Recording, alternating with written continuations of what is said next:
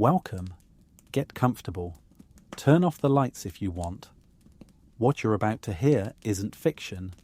These are real events from the last 60 days.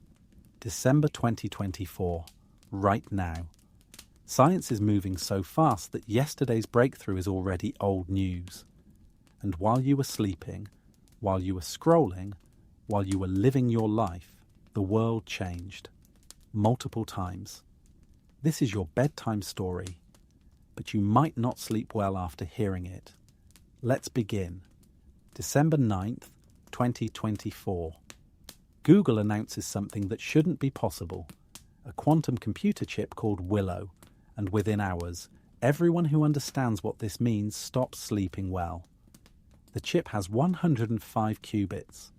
That number means nothing to most people. So let me give you context. Google gave Willow a specific computational problem, a benchmark problem carefully designed to test quantum performance. Willow solved it in 5 minutes. 5 minutes.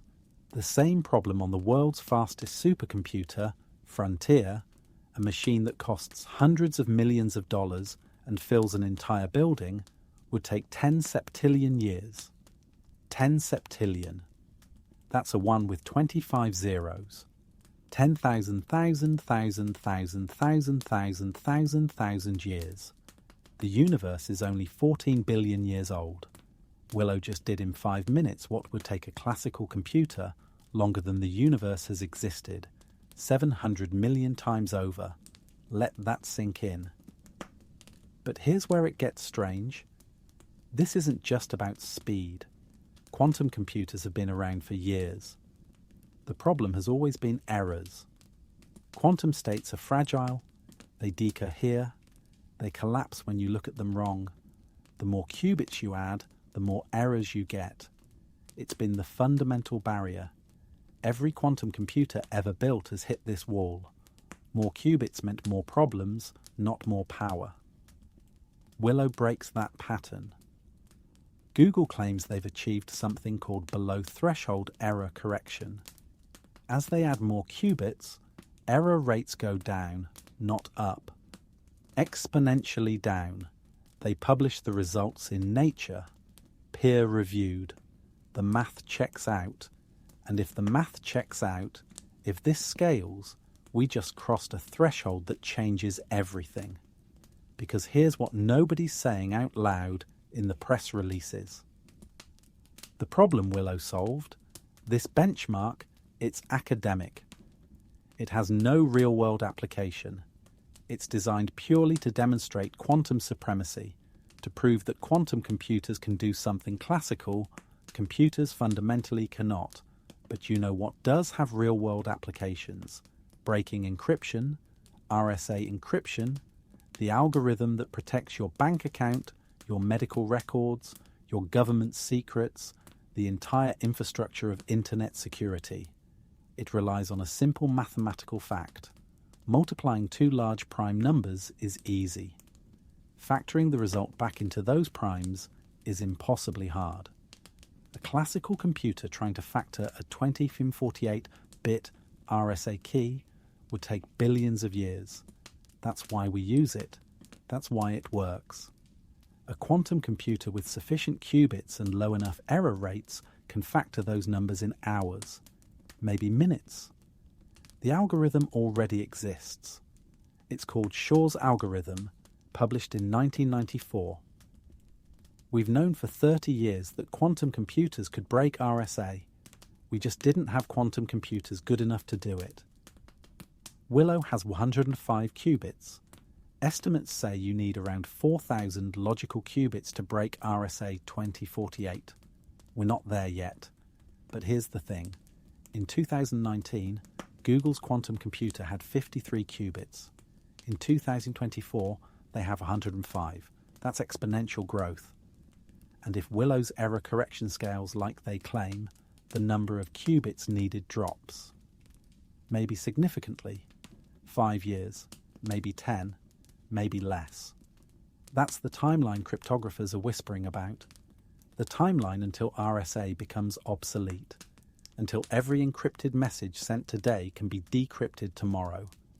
And everyone with sophisticated surveillance capabilities knows this. They're recording everything now. Harvest now, decrypt later. Store every encrypted communication, every secure transaction, every classified document transmitted over the internet. Wait for quantum computers to mature. Then unlock it all. China knows this. Russia knows this. The NSA definitely knows this. And they're all recording. August 2024, the National Institute of Standards and Technology, NIST, published the first post-quantum cryptographic standards. Algorithms designed to resist quantum attacks. The standards exist. The math is solid. But implementation takes time, years, maybe a decade to transition all critical infrastructure. Banks, hospitals, governments, defense systems, everything needs to be upgraded, and most organizations haven't started yet. They're still running RSA, still vulnerable, still sending data that will be decrypted in the future. Google announced Willow on December 9th. On December 10th, cybersecurity companies started getting calls. Lots of calls. Governments started asking questions.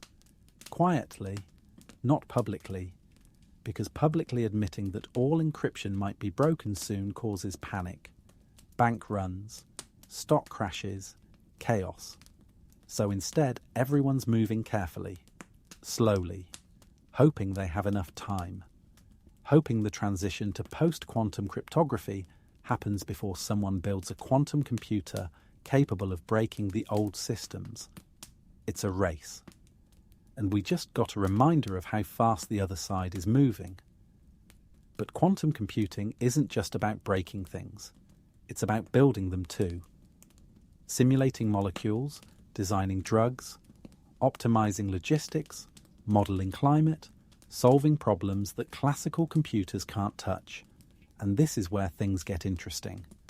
Because while Google's in California announcing Willow, on the other side of the world, China's been very quiet about their quantum program. Too quiet. October 2024.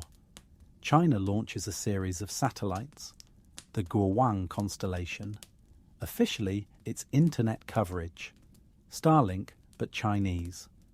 Bringing broadband to rural areas, connecting the Belt and Road Initiative, noble goals. 30 satellites launched in October alone. The plan is 13,000 satellites by 2030. That's competitive with Starlink's current constellation. But here's what's strange. The orbits. Starlink operates primarily in low Earth orbit, 340 to 550 kilometers up. Efficient for internet, minimal latency. Guowang satellites are going into similar orbits, but the spacing is different. They're not optimized for coverage. They're optimized for blocking. The orbital planes are positioned to cut across the most desirable trajectories for Western satellites. It's like claiming spots in a parking lot. Not the spots you need, the spots that prevent others from parking where they want. Satellite collisions are catastrophic. One collision creates a debris field. Debris hits other satellites. More debris. More collisions. It's called Kessler syndrome, predicted in 1978 by NASA scientist Donald Kessler. A cascade of collisions that renders certain orbital regions unusable, potentially for generations. The debris doesn't go away. It just keeps orbiting, shredding anything it hits at 28,000 kilometers per hour. And here's the uncomfortable question nobody wants to ask out loud. What if that's not a bug? What if that's a feature? What if the point isn't just to have satellites, but to control who else can have them? To position your constellation such that any conflict results in mutual destruction. Mutually assured debris. If you attack our satellites, we ensure the entire orbital region becomes unusable. For everyone. Forever. It's the space equivalent of scorched Earth, and it only works if you have enough satellites in the right places. 13,000 satellites by 2030. That's enough. But there's another element to Guowang that's getting less attention. The satellites have quantum communication capabilities, encrypted communication using quantum key distribution, unhackable in principle. Any attempt to intercept the quantum signal collapses the quantum state. Both parties know immediately if someone's eavesdropping. Perfect security.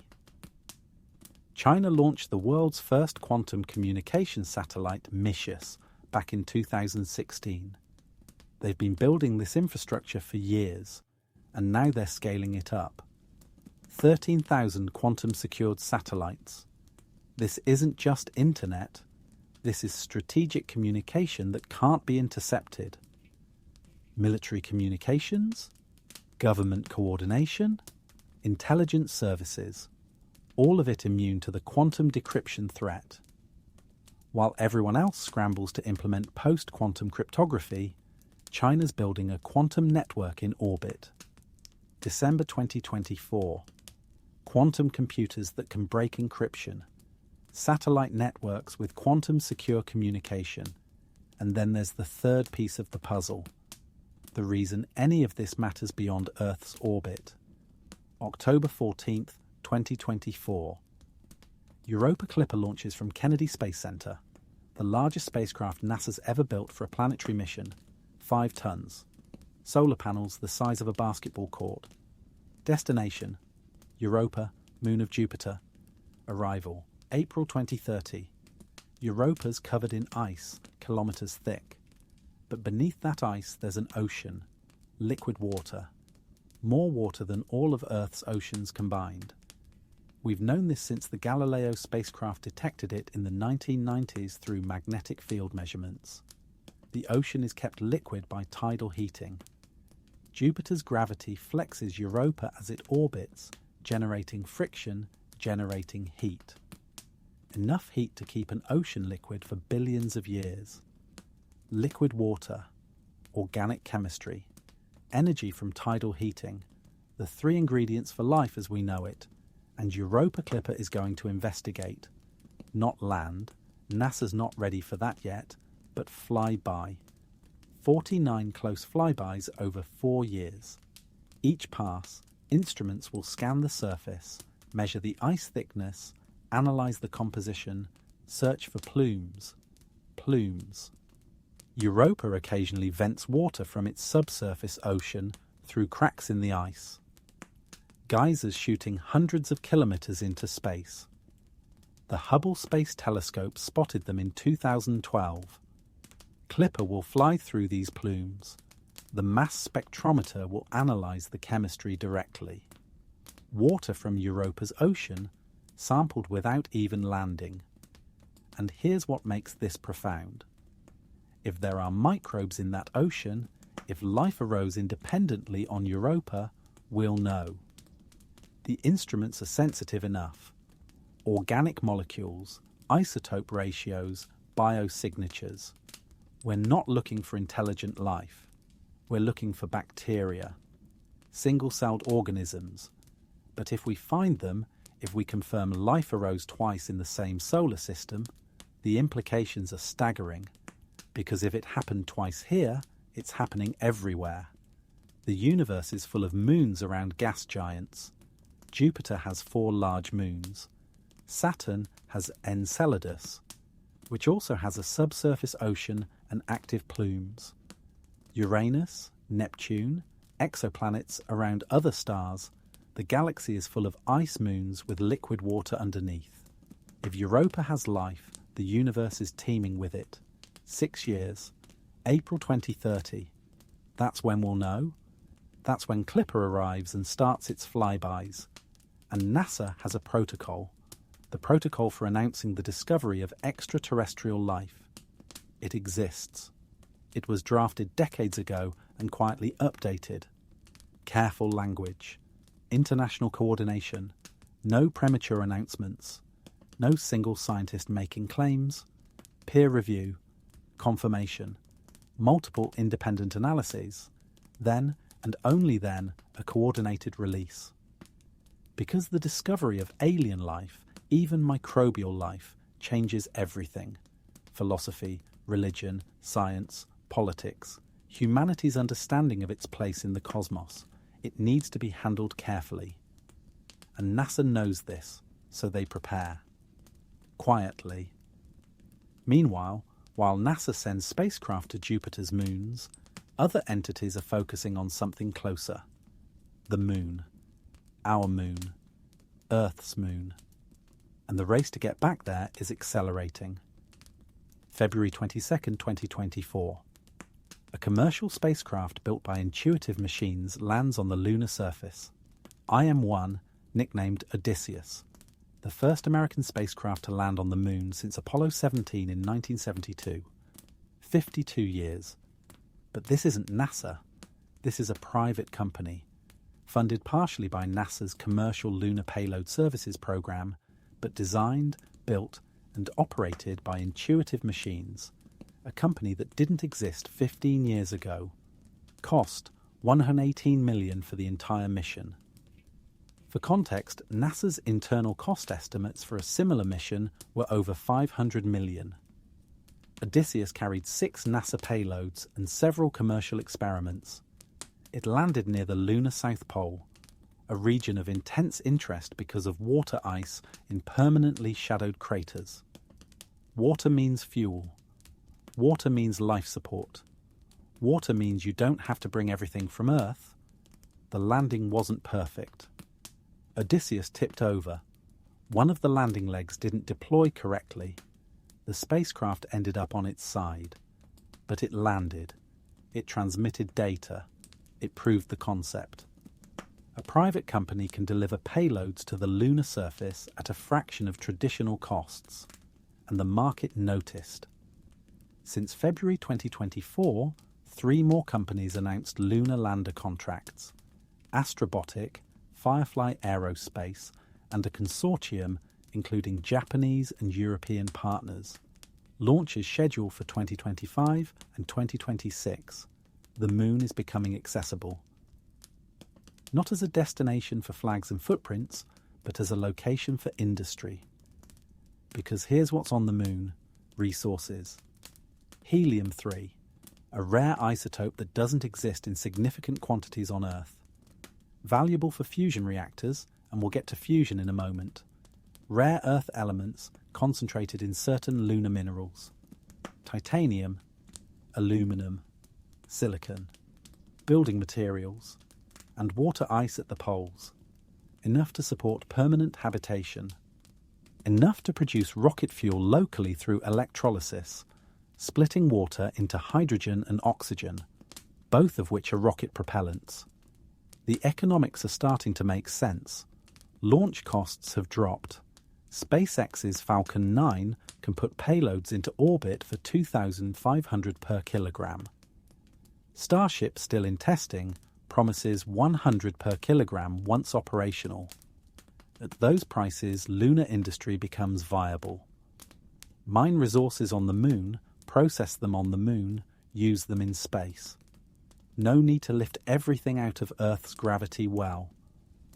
China sees this. They've been systematically building toward a permanent lunar presence. Chang'e 4 landed on the far side in 2019. Chang'e 5 returned samples in 2020. Chang'e 6 returned samples from the far side in June 2024, a first. And construction missions are planned for 2026 through 2028. Modules for a lunar research station. Officially international, open to collaboration. Unofficially, primarily Chinese. And located near the South Pole, near the water ice. Russia announced partnership with China on this lunar station. The International Lunar Research Station, ILRS, separate from NASA's Artemis program. 2 competing visions for lunar presence, and both are focused on the same region, the South Pole, because that's where the resources are. That's where the permanently shadowed craters hold billions of tons of water ice. That's the strategic high ground. Artemis, NASA's program to return Americans to the moon, is behind schedule. Artemis 2, the crewed flight around the moon, was supposed to launch in 2024. Now it's pushed to 2025, maybe 2026. Artemis 3, the actual landing, keeps slipping. Budget overruns, technical challenges, political headwinds. Meanwhile, China's hitting milestones, on schedule, methodically. The moon is becoming contested territory. Not militarily, the Outer Space Treaty prohibits weapons of mass destruction in space and claims of sovereignty over celestial bodies. But economically, whoever establishes infrastructure first, whoever can extract and utilize resources, gains an advantage that compounds. And the gap is narrowing. But lunar resources are just the beginning. Because what you really want, what makes everything else possible, is energy. Unlimited, clean, abundant energy. And in December 2024, we're closer to that than ever before. September 2024, the Korea Superconducting Tokamak Advanced Research Facility, KSTAR, achieves a new world record. 102 seconds of sustained fusion plasma at 100 million degrees Celsius. 102 seconds. A minute and 42 seconds of controlled fusion. The previous record set by KSTAR themselves earlier in the year was 48 seconds. They more than doubled it. 100 million degrees Celsius. That's 7 times hotter than the core of the Sun. At those temperatures, hydrogen nuclei have enough energy to overcome electromagnetic repulsion and fuse into helium.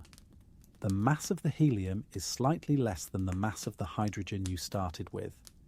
That missing mass becomes energy. E equals mc squared.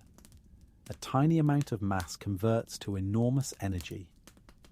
Fusion is what powers stars. It's been powering the Sun for 6 billion years and will continue for another 5 billion.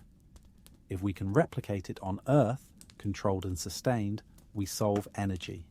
Completely. Fuel from seawater. Deuterium is abundant in ocean water. No long-lived radioactive waste like fission reactors produce. No meltdown risk. No greenhouse gas emissions. Just clean, abundant power. We've been chasing fusion for 70 years. The joke in the fusion community is that fusion power is always 30 years away and has been for the last 50 years. But something changed. The timelines are compressing. Progress is accelerating. KSTAR held plasma for 102 seconds. That's not continuous operation. Not yet. A commercial fusion reactor needs to run for hours, days, between maintenance cycles. But look at the trend. In 2016, KSTAR achieved 70 seconds. In 2020, 20 seconds at the higher temperature regime they're targeting. In 2021, 30 seconds. 2022, 30 seconds. 2023, 48 seconds. 2024, 102 seconds. That's not linear growth, that's exponential. Each breakthrough teaches lessons that accelerate the next one, and KSTAR isn't alone. China's East Tokamak, the experimental advanced superconducting tokamak, has achieved similar results. France's ITER, the International Thermonuclear Experimental Reactor, the largest fusion experiment ever attempted, is under construction.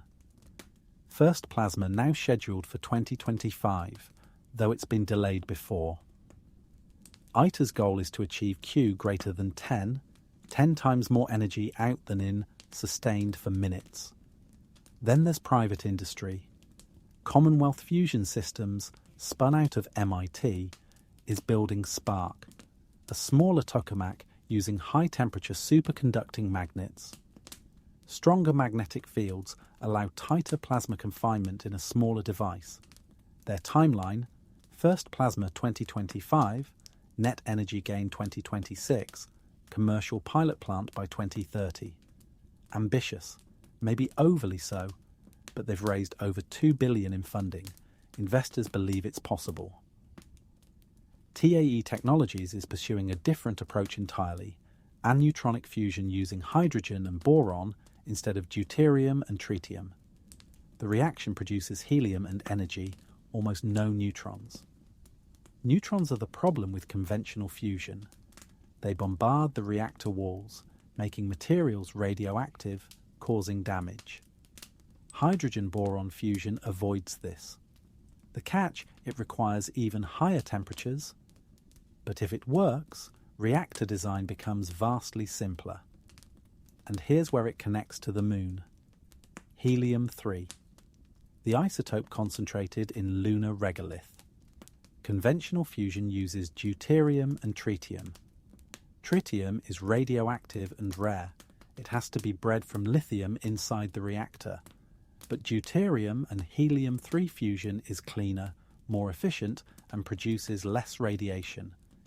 The problem is, helium-3 doesn't exist in useful quantities on Earth. Solar wind implants it into the lunar surface over billions of years. The Moon has millions of tons of it. Mine helium-3 on the Moon. Ship it to Earth, or use it in space. Fuel fusion reactors. Unlimited clean energy. That's the vision. That's why nations are racing to the Moon. That's why lunar mining is transitioning from science fiction to business plan. But fusion power on Earth is one thing. Fusion in space is another, and that's already being designed. NASA's been quietly funding research into fusion propulsion. Chemical rockets are limited. The specific impulse, the efficiency, is capped by chemistry. The fastest we can go with chemical propulsion, even with perfect efficiency, is around 5 kilometers per second exhaust velocity. That means trips to Mars take 6 to 9 months. Trips to Jupiter take years. The outer solar system is barely accessible. Fusion changes this. A fusion rocket could achieve exhaust velocities of 100 kilometers per second or more, 20 times faster. Trips to Mars in weeks instead of months. Jupiter in months instead of years. The outer solar system, Neptune, Pluto, the Kuiper Belt, suddenly reachable on reasonable timescales. And there's a military dimension. Fusion-powered spacecraft are also fusion-powered weapons platforms. The same technology that gets you to Mars quickly gives you unlimited loiter time in strategic orbits, rapid repositioning, kinetic strike capabilities. This is why space is becoming militarized, not with lasers and missiles, though those too, but with propulsion. Whoever controls high-energy propulsion controls orbital space. December 2024. Quantum computers advancing, satellite constellations deploying, spacecraft heading to ocean moons, lunar landers touching down, fusion plasmas burning for minutes. All of it happening simultaneously. All of it connected. And here's another connection.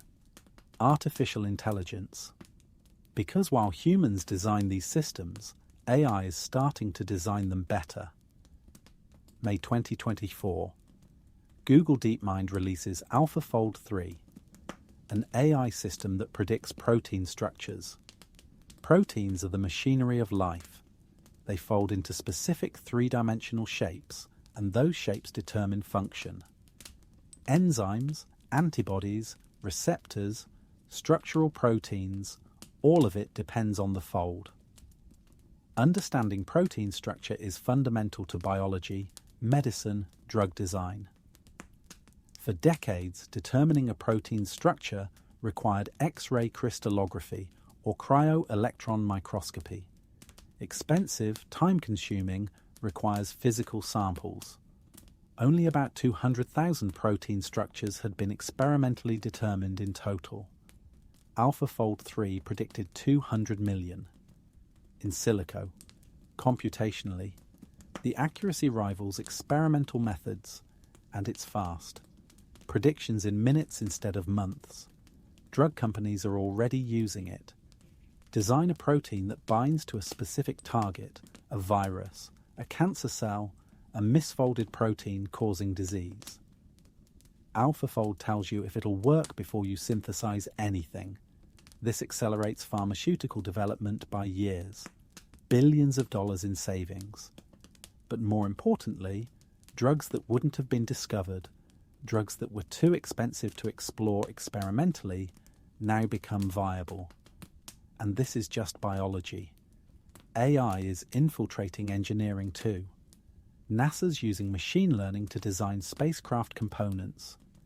You give the AI constraints, mass limits, stress requirements, material properties, thermal conditions. The AI generates designs, not designs that look like what humans would make. Organic shapes, lattice structures, forms that seem almost biological, because the AI isn't constrained by human intuition. It explores the entire solution space, and sometimes it finds solutions humans wouldn't have imagined. These components are lighter, 30% lighter in some cases, and stronger, 40% better stress tolerance. You can launch more capability with the same rocket, or use a smaller rocket for the same capability. Either way, costs drop. Efficiency increases. SpaceX uses AI for trajectory optimization, launch windows, gravity assists, orbital maneuvers. The problem space is vast. Infinite possible paths. Traditional methods find good solutions. AI finds optimal solutions.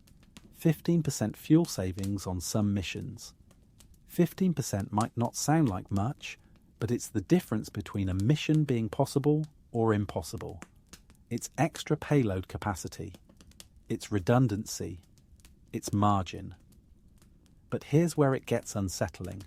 The AI sometimes proposes trajectories that human mission planners wouldn't consider. Multiple gravity assists in complex sequences. 12 flybys of different bodies to reach a destination. Counterintuitive burns that seem to waste fuel but end up saving it through orbital mechanics humans didn't calculate. And we can verify the math. We can check that the trajectory works.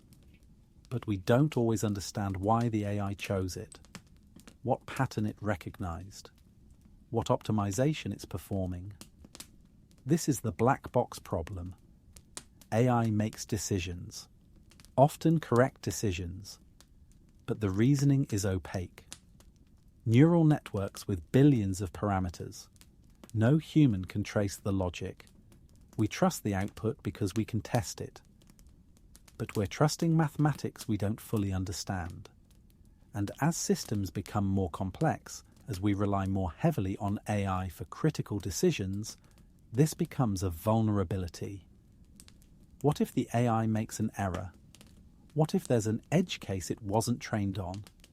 What if adversarial inputs, data deliberately crafted to fool the system, compromise the output? We're already seeing this in asteroid detection. Telescopes scan the sky, generate enormous amounts of data, terabytes per night. Humans can't process it all, so AI does. Machine learning algorithms trained to identify moving objects, classify them, calculate orbits. And they're good at it. Really good. 2023, researchers fed archival telescope data into an AI trained on asteroid detection. Data that human astronomers had already reviewed. The AI found 27,000 new asteroids in the old images.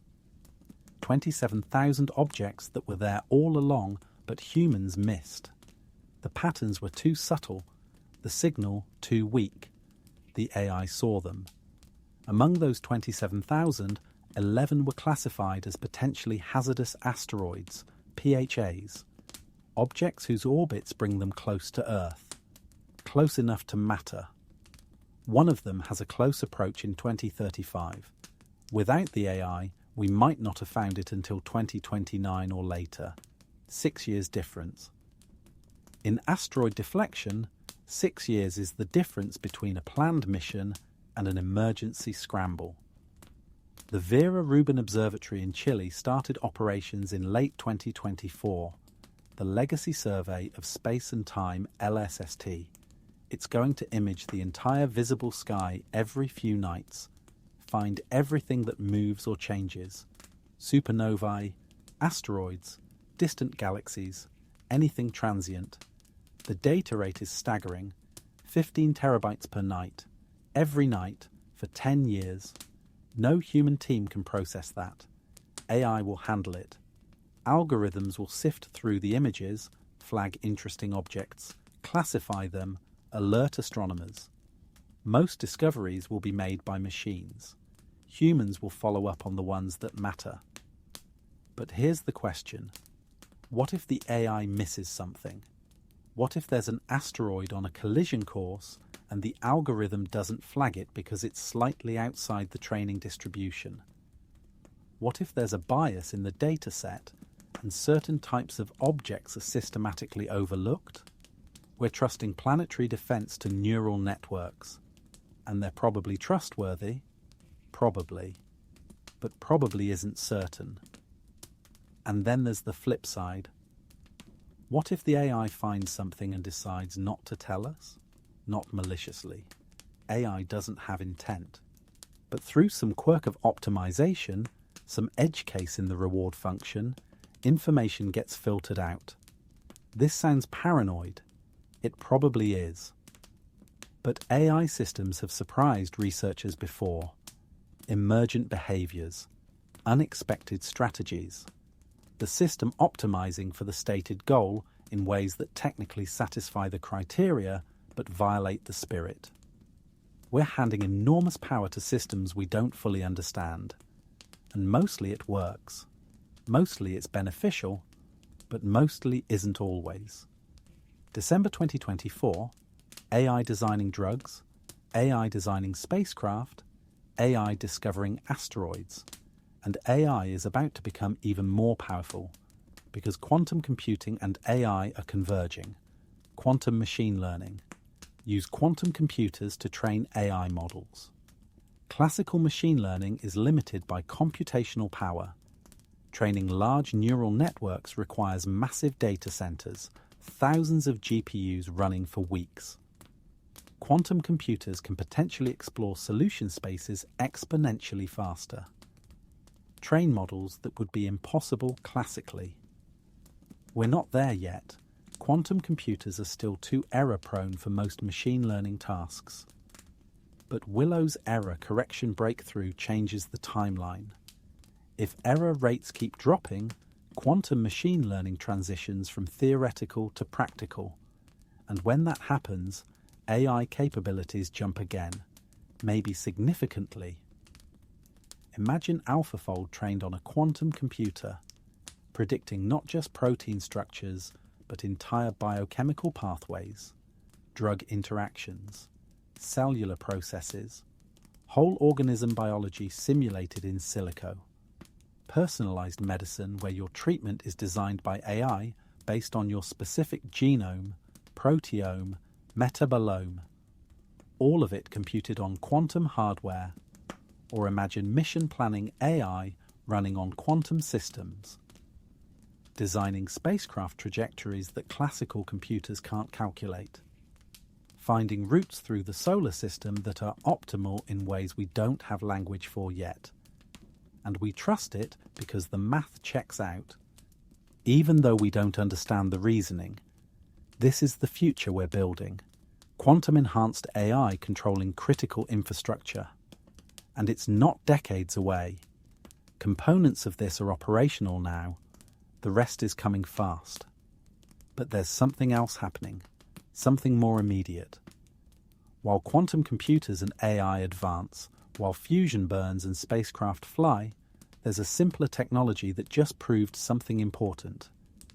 We can defend Earth.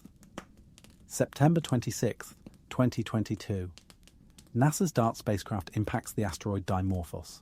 Double asteroid redirection test. A 610 kilogram spacecraft traveling at 6 kilometers per second, 24,000 kilometers per hour, slams into a 160 meter asteroid. Kinetic energy, equivalent to 3 tons of TNT. The goal? Change Dimorphos's orbit around its larger companion, Didymos. Before impact, Dimorphos orbited Didymos every 11 hours and 55 minutes. NASA's models predicted the impact would shorten that by about 73 seconds. A measurable change. Proof of concept. We can move an asteroid. The actual result, 33 minutes. 33 minutes of orbital change. 25 times more effective than predicted. 25 times. Why? The asteroid wasn't solid. It's a rubble pile, a collection of boulders held together by gravity. When DART hit, it didn't just transfer momentum, it blasted material off the surface. Ejecta. Thousands of tons of rock and dust thrown into space at high velocity. That ejecta acted like a rocket plume, reaction mass. The asteroid recoiled, not just from the impact, from the explosion of its own material. This was unexpected. Not entirely surprising, rubble pile asteroids were considered likely, but the magnitude of the effect exceeded predictions. And it's good news. It means kinetic impactors are more effective than we thought. It means smaller spacecraft can deflect larger asteroids. It means planetary defense is viable. The Italian Space Agency's Licia cube, a small CubeSat that separated from DART before impact, photographed the collision from a safe distance. The images show a plume of debris expanding from Dimorphos, a cone of material ejected at high speed. Ground-based telescopes observed the asteroid's brightness change. The debris cloud made it brighter for weeks. The Hubble Space Telescope and James Webb Space Telescope both imaged it. A tail of debris streaming away from the asteroid, stretching tens of thousands of kilometers. 2 years later, December 2024, that debris tail is still there. Still visible to sensitive telescopes. Still being studied, and we're learning that the impact changed Dimorphos more than just its orbit. The asteroid might be restructuring, the rubble pile settling into a new configuration, possibly fracturing. We won't know for sure until the European Space Agency's Hera mission arrives in December 2026. Hera will perform a detailed survey, high-resolution imaging, gravity measurements, composition analysis. It will map the crater DART created, measure the mass lost, determine the internal structure. All of this feeds into models for future deflection missions. Because DART was a test, Dimorphos posed no threat to Earth, but the next asteroid might. And here's where the timeline gets uncomfortable. Apophis. Asteroid 9942, Apophis. A 370-metre near-Earth asteroid discovered in 2004, initial calculations gave it a 2. 7 chance of impacting Earth in 2029, that's high, alarmingly high. Further observations refined the orbit. Impact ruled out for 2029, ruled out for 2036, ruled out for the foreseeable future. But Apophis is still coming close. April 13th, 2029, Friday the 13th, because the universe has a sense of irony. Apophis will pass 31,600 kilometres from Earth's surface. That's closer than geostationary satellites, closer than some GPS satellites, close enough to be visible to the naked eye from certain locations. A point of light moving across the sky. An asteroid. You'll be able to see it without a telescope. And here's what makes this significant. Earth's gravity will alter Apophis's orbit. We know this. We can calculate it, but the exact amount depends on Apophis's mass distribution, its shape, its rotation. Variables we don't know precisely. After the 2029 flyby, Apophis's orbit will change. The trajectory will be different, and we won't know the new trajectory with certainty until it happens. This affects future close approaches. There's a close approach in 2036. Current calculations say it's safe, but those calculations are based on the pre-2029 orbit. After 2029, we recalculate, and there's a possibility, small but non-zero, that the 2029 flyby puts Apophis onto a trajectory that makes 2036 more dangerous, or 2068, or some later encounter. We'll know in 2029. Every telescope on the planet will be watching. Radar observations, optical tracking, spectroscopy. We'll measure Apophis's orbit with exquisite precision. We'll characterize its shape, rotation, composition. We'll have data. And then we'll know whether future flybys are truly safe or whether we need to start planning a deflection mission. 4 years and 4 months. April 13th, 2029. Mark it. But Apophis isn't the only one. There are over 2,000 known potentially hazardous asteroids. PHAs. Objects larger than 140 meters with orbits that bring them within 7. 5 million kilometers of Earth's orbit. Not all of them will hit Earth. Most won't, but some might, and we're still finding new ones. The Catalina Sky Survey, Pan-STARRS, Atlas. Telescopes dedicated to finding asteroids. They discover dozens every month, sometimes hundreds. Most are small, harmless, but occasionally a large one appears, an object we hadn't seen before, and then we calculate its orbit, and sometimes the orbit is uncomfortably close. 2023, an asteroid designated 2023 NT1 passed within 60,000 kilometers of Earth, about 1/6 the distance to the Moon. It's 60 meters across, not extinction level, but city killer size. Enough to devastate a metropolitan area if it hit. We didn't see it coming until 2 days after closest approach. 2 days after. It came from the direction of the Sun, where telescopes can't look without being blinded. This is the vulnerability. Asteroids approaching from the Sun's direction are invisible until they're past us. And we got lucky with 2023 NT1. It missed, but the next one might not. This is why NASA's planning the NEO Surveyor mission, an infrared telescope in space, positioned away from Earth where it can look toward the Sun without interference. Infrared detects heat. Asteroids are warm from sunlight. They glow in infrared even when invisible in optical wavelengths. NEO Surveyor will find the asteroids we're currently blind to. Launch date 2027 if funding holds. 3 years, and then a survey period of several years to map the near-Earth population. By 2035, maybe 2040, we'll have a comprehensive catalogue. We'll know what's out there, what's coming, what we need to worry about. But that's future knowledge. Right now, December 2024, we're still discovering threats we didn't know existed. And that brings us to something else. Something that showed us just how much we don't know. October 19th, 2017. A telescope in Hawaii detected something unusual. An object moving fast. Really fast. Too fast to be bound to the Sun's gravity. Interstellar velocity. Something from outside the solar system passing through. The first interstellar object ever detected. They named it Oumuamua, Hawaiian for scout or messenger. Oumuamua was strange from the start. Its shape, inferred from brightness variations as it rotated, was elongated, possibly 400 meters long and only 40 meters wide. A cigar shape, or maybe a disc seen edge-on. Nobody could be sure. It tumbled as it moved, reflecting light in a pattern unlike typical asteroids. And it accelerated. Slightly. As it moved away from the Sun, something was pushing it. Not much. A tiny acceleration, but measurable. Comets do this. They outgas as they heat up near the Sun. The gas escape acts like a thruster.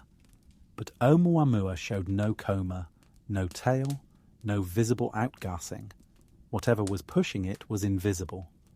The observations were limited. Oumuamua was already leaving when we spotted it. We had a few weeks of data, then it dimmed. Too faint to track, gone, back into interstellar space. And we're left with questions. What was it? An asteroid? A comet with no visible activity? Something else?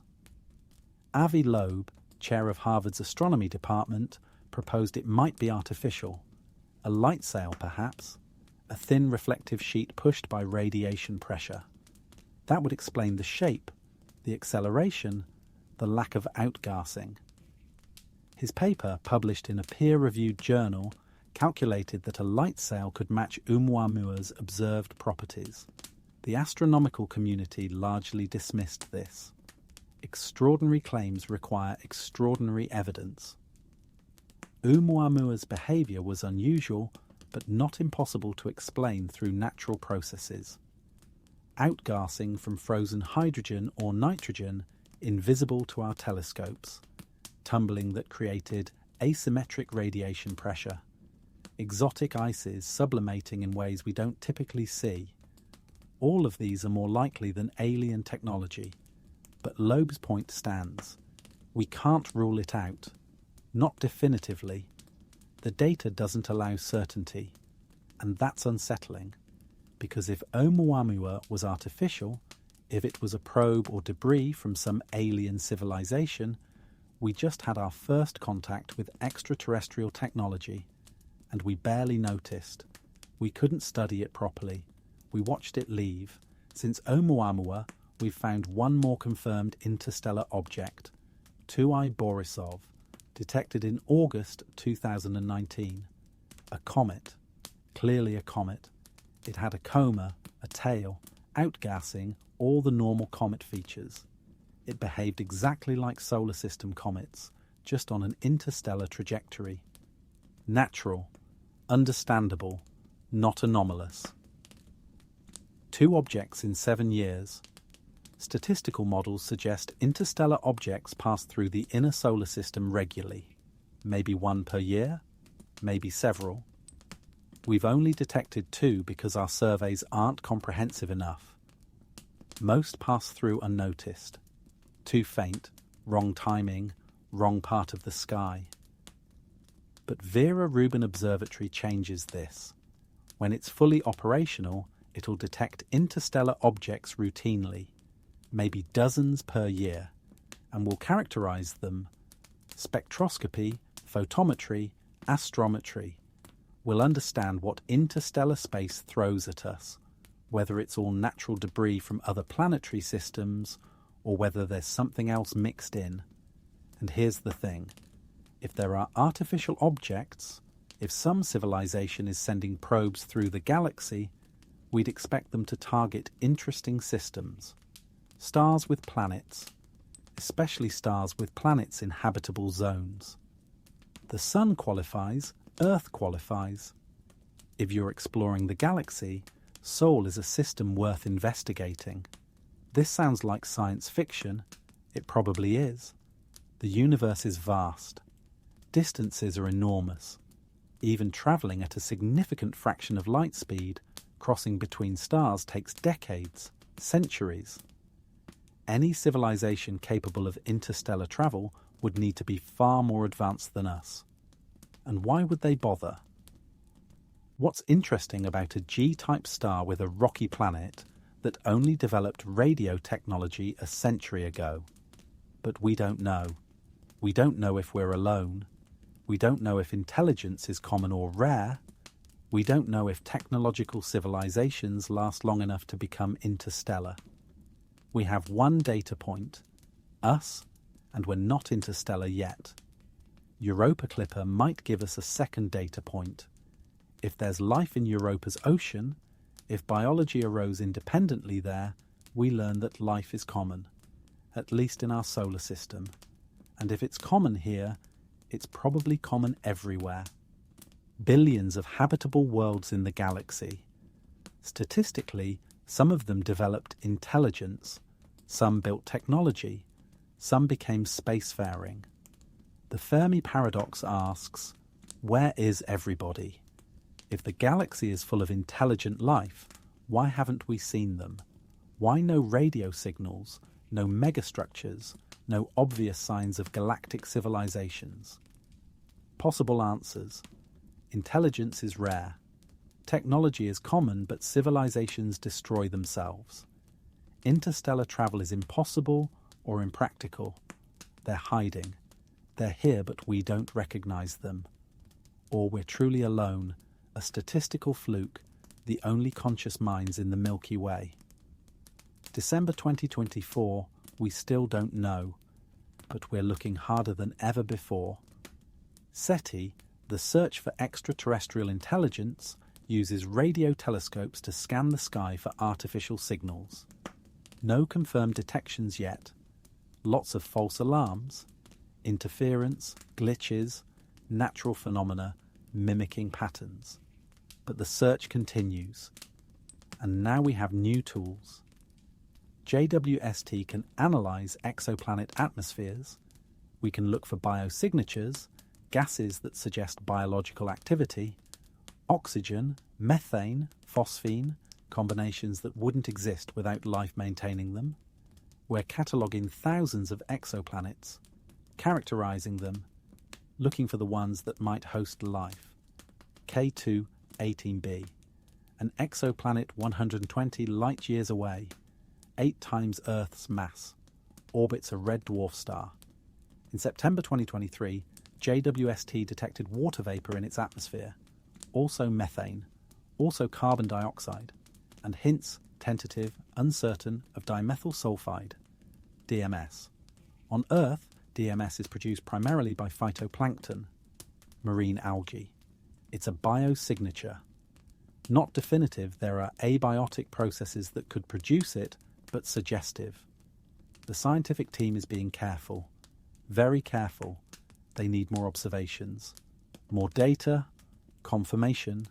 They're not claiming life. They're saying it's interesting, worth following up, which is exactly the right approach. But the data is there.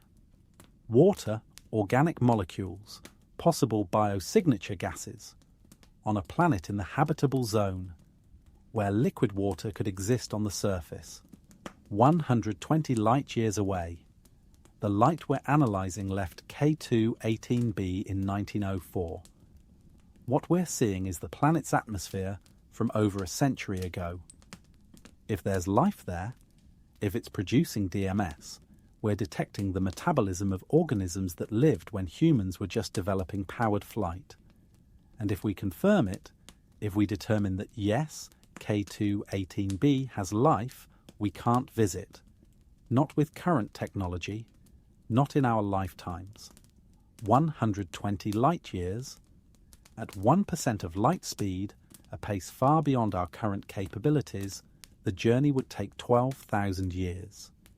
Even if we built a relativistic spacecraft, something travelling at significant fractions of light speed, the travellers would arrive millennia after Earth sent them. Communication round-trip time, 240 years. Send a message, wait 2.5 centuries for a response.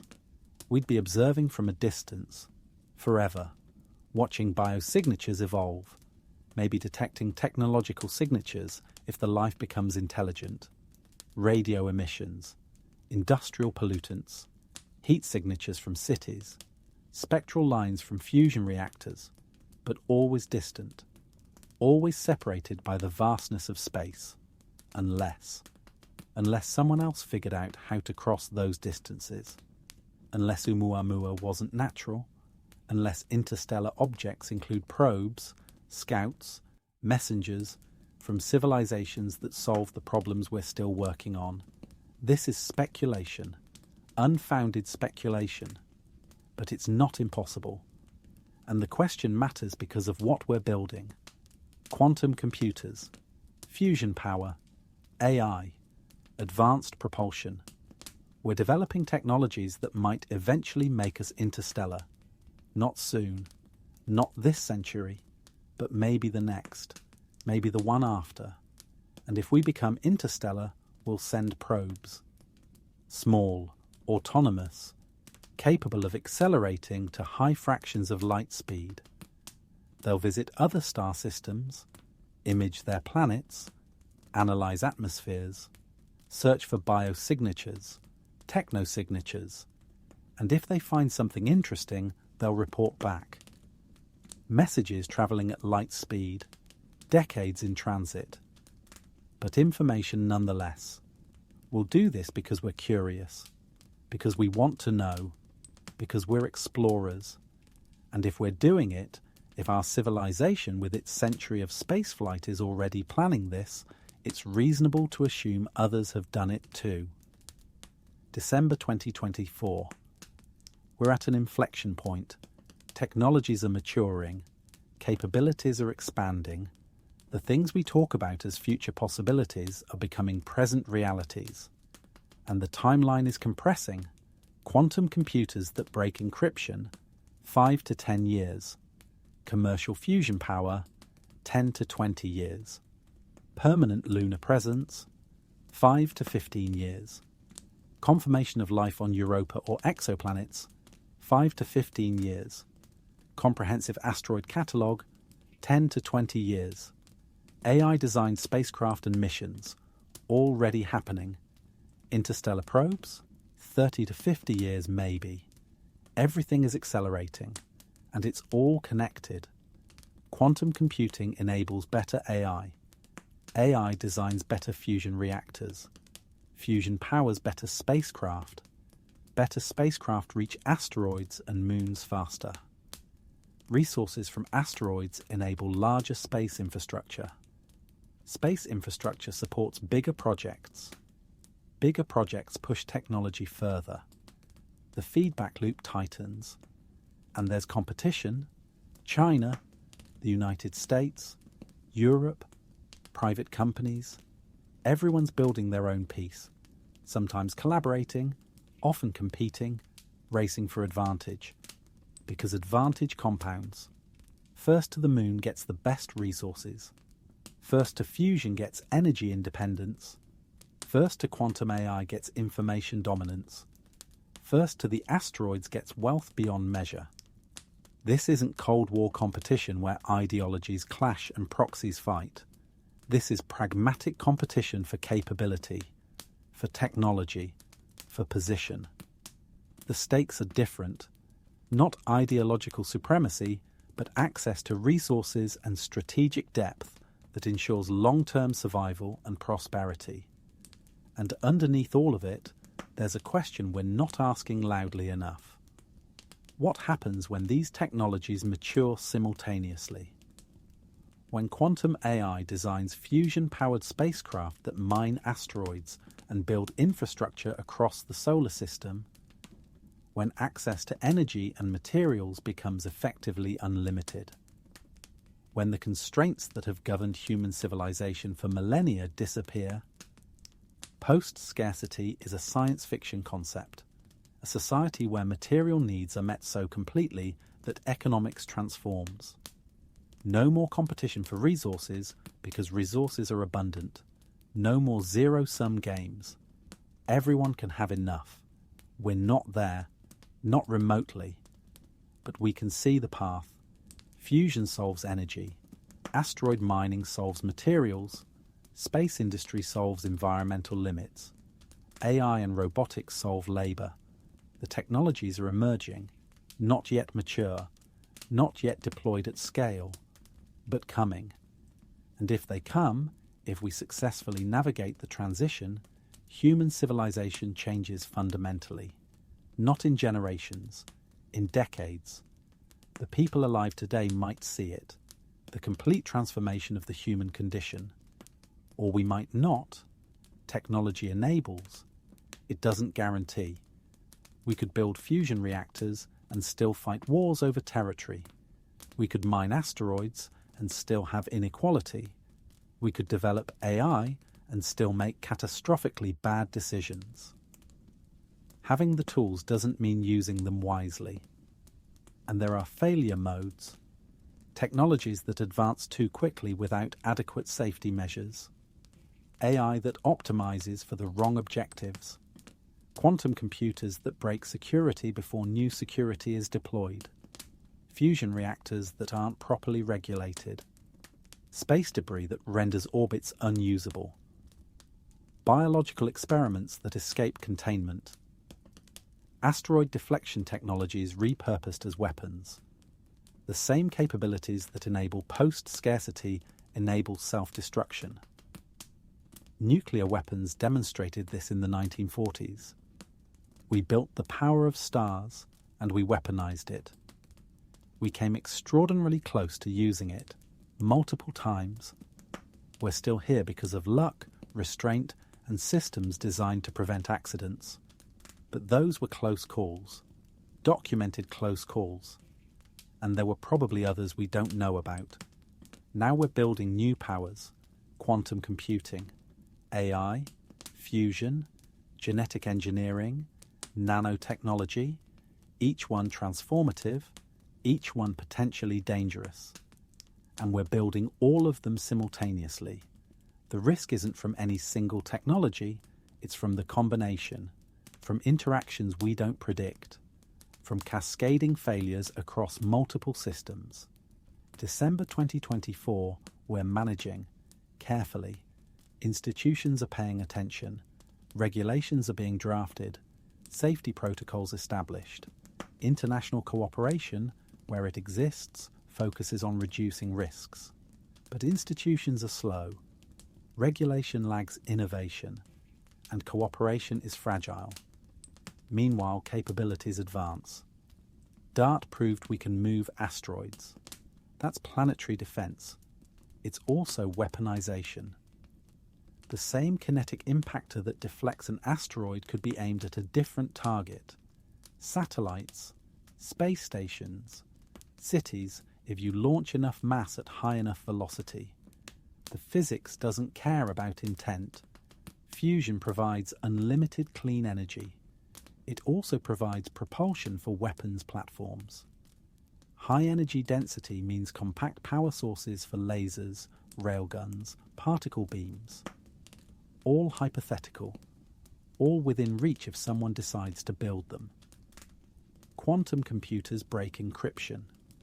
They also enable secure communication that can't be intercepted. Whoever has working quantum technology first gets a temporary advantage. In intelligence, in security, in military applications. That advantage might be brief, but brief can be decisive. AI optimizes systems, civilian systems, military systems. It doesn't discriminate. An AI trained to design efficient logistics can be retrained to design efficient target selection. The difference is in the data set, not the algorithm. This is the dual-use dilemma. Technologies developed for beneficial purposes have alternative applications, and preventing those applications requires control, oversight, enforcement, which requires international agreement, which requires trust, which is in short supply. But here's the thing. Despite all of this, despite the risks and the competition and the uncertainty, we're also cooperating, not perfectly, not universally, but more than you'd expect. The International Space Station operated continuously for over 2 decades with American, Russian, European, Japanese, and Canadian collaboration. Even when geopolitical tensions spiked, even during conflicts, ISS operations continued. People from different nations living and working together in orbit. That's significant. ITER, the fusion reactor in France, involves 35 countries. China, Russia, the US, Europe, India, Japan, South Korea. Thousands of scientists and engineers collaborating on the hardest engineering challenge humanity's ever attempted. And it's working. Slowly, expensively, behind schedule, but working. The Outer Space Treaty, signed in 1967, still holds. No weapons of mass destruction in orbit. No territorial claims on celestial bodies. Space exploration for the benefit of all nations. It's not perfectly enforced. It's sometimes strained, but it hasn't collapsed. Nations still reference it, still generally comply. So there's precedent, there's infrastructure for cooperation, and there's recognition that some challenges require collective effort. Asteroid defense, climate change, pandemic response, space debris management. No single nation can solve these alone. Everyone benefits from solutions. Everyone suffers from failure. December 2024, we're testing whether cooperation can scale, whether the institutions built in the 20th century can handle 21st century challenges.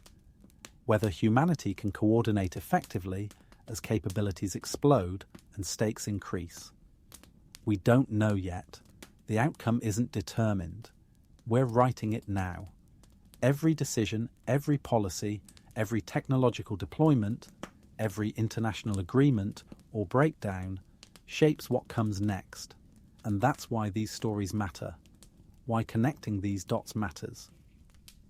Quantum computers and satellite networks and fusion reactors and spacecraft and AI and asteroids, they're not separate developments.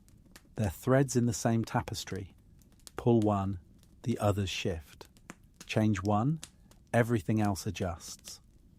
Willow demonstrates quantum capability that affects cryptography. Cryptography affects security. Security affects space operations. Space operations affect resource access. Resources affect energy and materials. Energy and materials affect what we can build. What we build affects where we can go. Where we go affects what we find. What we find affects who we become. It's all connected. Everything influences everything else. And the rate of change is accelerating. Breakthroughs that would have taken decades happen in years. Technologies that seemed distant become operational. The impossible becomes routine. And somewhere in all of this, there's a decision point. Maybe multiple decision points. Moments where paths diverge, where choices made now determine outcomes decades hence. We might not recognize these moments as they happen. They might seem like ordinary policy decisions, budget allocations, research priorities. But in retrospect, they'll be the hinge points, the times when everything could have gone differently. We're living through one of those periods, right now, December 2024. The technologies maturing around us will define the next century. How we develop them, how we deploy them, how we govern them, who controls them, who benefits from them, all of that is being determined now. And most people don't realize it. They're living their lives, working, sleeping, raising families, pursuing careers, dealing with immediate concerns. The news mentions quantum computers and fusion reactors and space missions, but it's abstract, distant, someone else's problem, someone else's achievement, but it's not distant. It's here. It's now. The quantum chip is operational. The fusion reactor is burning. The spacecraft is flying. The AI is designing. The satellites are launching. The asteroids are being tracked. All of it happening simultaneously while we sleep. This is your bedtime story. These are the events unfolding as you close your eyes. Science moving faster than headlines can track. Technology advancing faster than policy can adapt. Capabilities emerging faster than society can fully absorb. And tomorrow when you wake up, it'll still be happening. More discoveries, more launches, more breakthroughs. The cascade continues. The acceleration compounds. We live in remarkable times, dangerous times, uncertain times, but also times of extraordinary possibility, times when the choices we make matter enormously, when the technologies we build could solve ancient problems or create new catastrophes, when humanity might become truly spacefaring or remain bound to one fragile planet. The outcome isn't written. We're writing it. Every day, every decision, every innovation, every act of cooperation or competition. This is the moment. This is when it happens. December 2024. Quantum computers achieving supremacy, satellites deploying by the thousands, fusion burning for minutes, spacecraft flying to ocean moons, landers touching down on the moon, AI designing the impossible, asteroids being tracked and moved, the solar system opening up, and beyond it, the galaxy waiting. Everything's happening at once. The dots connect.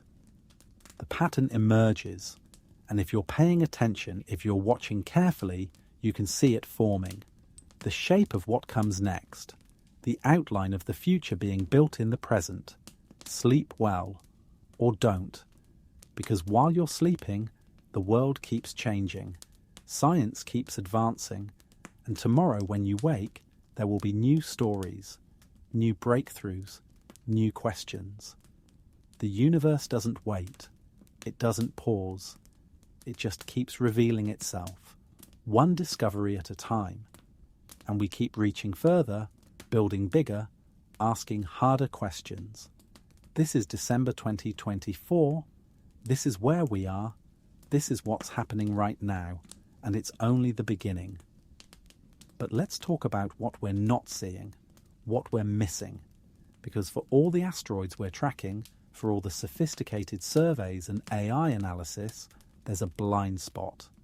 A literal blind spot in our planetary defense system, the sun. You can't point a telescope at the sun without special equipment. The light overwhelms everything, blinds the sensors, damages the instruments. So we don't look there. We scan the night sky. We track objects as they move against the background stars. But objects approaching from the sun's direction, invisible until they're already past us or nearly upon us. Chelyabinsk, Russia. February 15th. A 20-meter asteroid enters Earth's atmosphere traveling at 19 kilometers per second. It explodes over the city at an altitude of 30 kilometers. The airburst releases energy equivalent to 500 kilotons of TNT, 30 times the Hiroshima bomb. The shockwave shatters windows across the city. Over 1,500 people injured by flying glass. Buildings damaged, not from impact, from the sonic boom of a rock entering the atmosphere. Nobody saw it coming, not one telescope, not one survey. The asteroid approached from the direction of the sun. We were blind. 20 meters. That's small by asteroid standards, not an extinction threat, not even a regional catastrophe. But 1,500 injuries in one city from something we didn't detect until it was already here. Scale that up. Imagine a 50-meter object, a 100-meter object, Tunguska class, city killer class, approaching from the solar direction, undetected, impact without warning. This is why NASA's developing NEO Surveyor, an infrared space telescope specifically designed to find asteroids. Positioned at the L1 Lagrange point between Earth and Sun, where it can look toward the Sun without being in Earth's shadow. Infrared doesn't rely on reflected sunlight. It detects the heat signature of the asteroid itself. Objects warmed by the Sun glow in infrared. Even when they're too close to the Sun for optical telescopes to see them, infrared picks them up. NEO Surveyor will find the ones we're missing, the population of near-Earth asteroids approaching from the blind spot. Current estimates suggest we've found maybe 40 of potentially hazardous asteroids larger than 140 meters. NEO Surveyor could push that to 90 or higher within a decade of operation. Launch date 2027. Projected, if the budget holds, if development stays on schedule, if there are no delays, 3 years, then deployment, then survey operations. By 2035, maybe 2040, we'll have the comprehensive catalogue, we'll know what's out there. But until then, we're vulnerable. There could be a Chelyabinsk-scale object approaching right now, larger, from the solar direction. And we wouldn't know until it's too late to do anything except watch and hope it misses. This is the uncomfortable reality of planetary defense in 2024. We have the technology to deflect asteroids. DART proved that. We have the detection capability to find most threats, eventually. But we have gaps, and those gaps are precisely where the danger hides. And here's another gap. Interstellar objects, things like Oumuamua, they're not bound to the sun, they're moving too fast. By the time we detect them, they're already leaving. We get days, maybe weeks of observations before they're gone. And if one of those was on a collision course, If an interstellar object happened to intersect Earth's orbit at precisely the wrong moment, we'd have almost no warning. The probability is low. Space is vast. Earth is small. The chances of a random interstellar object hitting us are astronomically tiny, but not zero. And unlike solar system asteroids, we can't predict interstellar trajectories. They come from random directions at random times. No orbital patterns to calculate. No long-term forecasts. Oumuamua passed 24 million kilometers from Earth, roughly 60 times the distance to the Moon, close in astronomical terms, meaningless for impact risk. But it demonstrated that interstellar objects exist, that they pass through, and we've only found 2 in 7 years of serious searching. Statistical models estimate several interstellar objects pass through the inner solar system annually, most too faint to detect, moving too fast to observe properly. We catch the occasional one, the brightest ones, the ones that happen to pass close enough to Earth that our telescopes can see them. The rest go unnoticed, and we don't know what they are. Oumuamua's composition remains uncertain. Comet, asteroid, nitrogen iceberg, fragment of a destroyed planet, alien probe. We have theories. No consensus. The data was insufficient. This bothers astronomers. It bothers planetary defense specialists. We have this gap in our knowledge. Objects from interstellar space, potentially hazardous, definitely mysterious, and we can barely study them before they're gone. But Vera Rubin Observatory will change this too. Its wide field of view and rapid cadence mean it'll catch interstellar objects early. Multiple observations over several nights, enough data to characterize them, determine composition, measure rotation, analyze trajectories, will turn interstellar objects from rare curiosities into routine discoveries. And maybe, finally, we'll understand what Oumuamua actually was.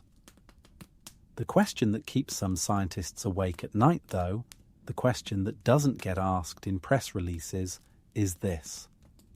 What if we find something artificial? Not probably artificial, not possibly artificial, definitively artificial. An object with geometry that can't occur naturally, propulsion that violates natural processes, signals that indicate intelligence. We have protocols, sort of. The SETI protocols, developed for radio detection of extraterrestrial intelligence, outline procedures for verification, confirmation, international notification, but they're vague on specifics, and they assume we have time, that we can verify, consult, coordinate. An interstellar object gives us days, maybe weeks. Then it's gone. If Oumuamua had shown clear signs of being artificial, what would we have done? Realistically, the astronomical community would debate. Skeptics would demand more evidence. Believers would insist the evidence was sufficient. Media would explode. Governments would panic quietly while projecting calm publicly. And the object would leave. We'd be left arguing about data that can't be recollected. This is the scenario that worries people like Avi Loeb. Not that we'll miss alien contact, but that we'll have it and not recognize it, or recognize it too late, or recognize it and be unable to respond effectively because our systems aren't designed for this contingency. So there are proposals, rapid response spacecraft, sitting ready to launch on short notice. If an interstellar object is detected, launch a probe to intercept it, match velocities if possible, conduct close observations, maybe even land on it if it's not tumbling too violently. Get data before it leaves the solar system. The technology exists. We have spacecraft capable of rapid launch. We have propulsion systems that could reach interstellar objects within weeks if we launched immediately upon detection. What we don't have is the infrastructure, the spacecraft sitting ready, the launch vehicle on standby, the funding allocated, the mission plans approved, because it's expensive, and the probability of finding something truly anomalous is low. Most interstellar objects will be natural, comets and asteroids ejected from other star systems. Interesting scientifically, not paradigm shifting. So the investment is hard to justify through normal channels.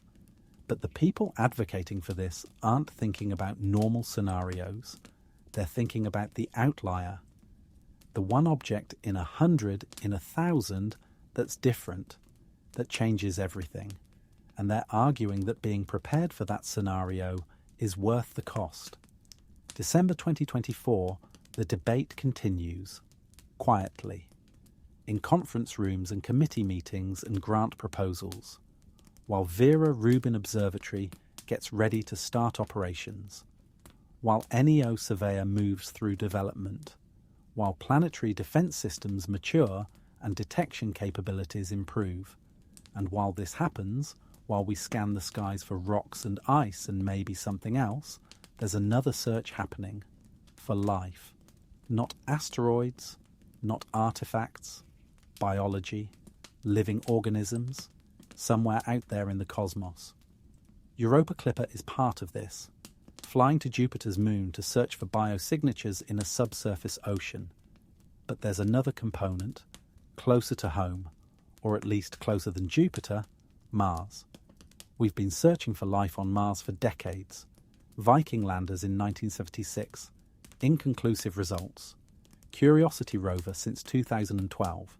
Analysing rocks, measuring chemistry. Perseverance rover since 2021. Same mission, better instruments. And so far, no definitive proof. Lots of intriguing hints. Nothing conclusive. But the samples Perseverance is collecting, sealed in tubes, cached on the Martian surface, those might change the equation. If we can bring them back to Earth, analyse them in terrestrial laboratories with equipment that's too large and sophisticated to send to Mars. That's Mars sample return. The mission that's been in planning for 20 years and keeps getting delayed. The architecture is complex. A fetch rover retrieves the sample tubes. A Mars ascent vehicle launches them into orbit. An Earth return orbiter captures them and brings them home. Sample containment facilities on Earth receive them under strict biosafety protocols. The whole system has to work flawlessly. Any failure means losing the samples, and it's expensive. Projected costs have ballooned from initial estimates of a few billion to 7 billion, 8 billion. Numbers that make Congress uncomfortable. NASA's total budget is around 25 billion annually. Spending a third of that on one mission is hard to justify when there are competing priorities. James Webb Space Telescope, Artemis Lunar Program, Europa Clipper, lots of expensive missions fighting for funding, so Mars sample return is in jeopardy, delayed, potentially cancelled. NASA's exploring alternatives, simplified architectures, international partnerships, commercial involvement, anything to reduce cost and complexity.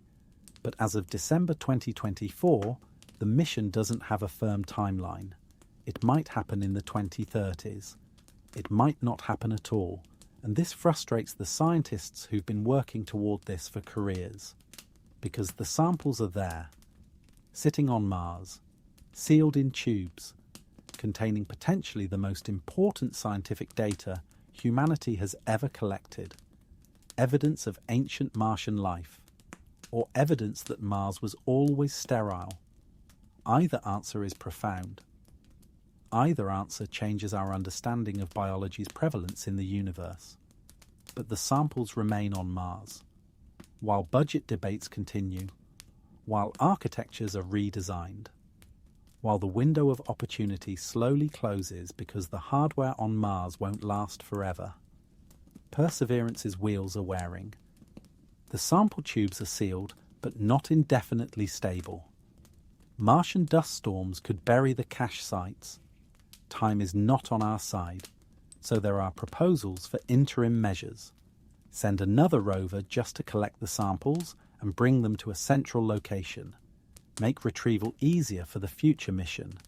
Or develop a simpler return system. Direct entry instead of orbital rendezvous. Higher risk but lower cost. Or partner with other space agencies. ESA, JAXA, even China, though geopolitical tensions make Chinese collaboration complicated. What's clear is that everyone involved wants this to happen. Scientists, engineers, mission planners. But wanting isn't sufficient. We need budgets, timelines, commitments, and those are in short supply. Meanwhile, while Mars sample return stalls, other missions continue. Perseverance keeps exploring, keeps collecting data, keeps finding intriguing chemistry, organic molecules, mineral formations consistent with ancient water, sedimentary structures that suggest flowing rivers billions of years ago. And there's Zhurong, China's Mars rover, landed in May 2021, operated successfully for over a year before going into hibernation during Martian winter. As of late 2024, it hasn't woken up, possibly damaged by dust accumulation on solar panels, possibly still functional but unable to generate enough power. China hasn't officially declared it dead, but it's been silent for months. If Zhurong had returned samples, if China had developed their own Mars sample return capability, it would change the equation. Competition drives investment. If China brings back Martian samples first, it's a prestige victory, a technological demonstration, a scientific achievement, and it might spur Western space agencies to accelerate their own programs. But sample return is hard. Really hard. The only samples returned from another planetary body are from the Moon. Apollo brought back 382 kilograms of lunar rocks. Soviet lunar missions returned smaller amounts robotically, and those were from the Moon. 3 days away. With established landing and launch technology, Mars is months away. Landing is more difficult because of the thin atmosphere. Launch is more difficult because there's no infrastructure. Everything has to be designed to work autonomously, to survive Martian conditions, to execute flawlessly on the first attempt because there's no option for repair or retry. China has successfully operated rovers on Mars. They've demonstrated landing capability, but sample return is an order of magnitude harder, and they haven't publicly announced a timeline for attempting it. So for now, the race is theoretical. Everyone's planning, nobody's launching. And while we wait, while missions are planned and budgets debated and spacecraft designed, the universe continues revealing itself. JWST keeps observing. More exoplanet atmospheres analysed. More distant galaxies imaged. More data accumulated. K2-18b, the planet with possible biosignatures, is getting follow-up observations. More spectroscopy, better signal-to-noise ratios, trying to confirm or refute the dimethyl sulfide detection, because that's how science works. You find something interesting, you check it, you verify, you make sure it's real and not an artifact or misinterpretation.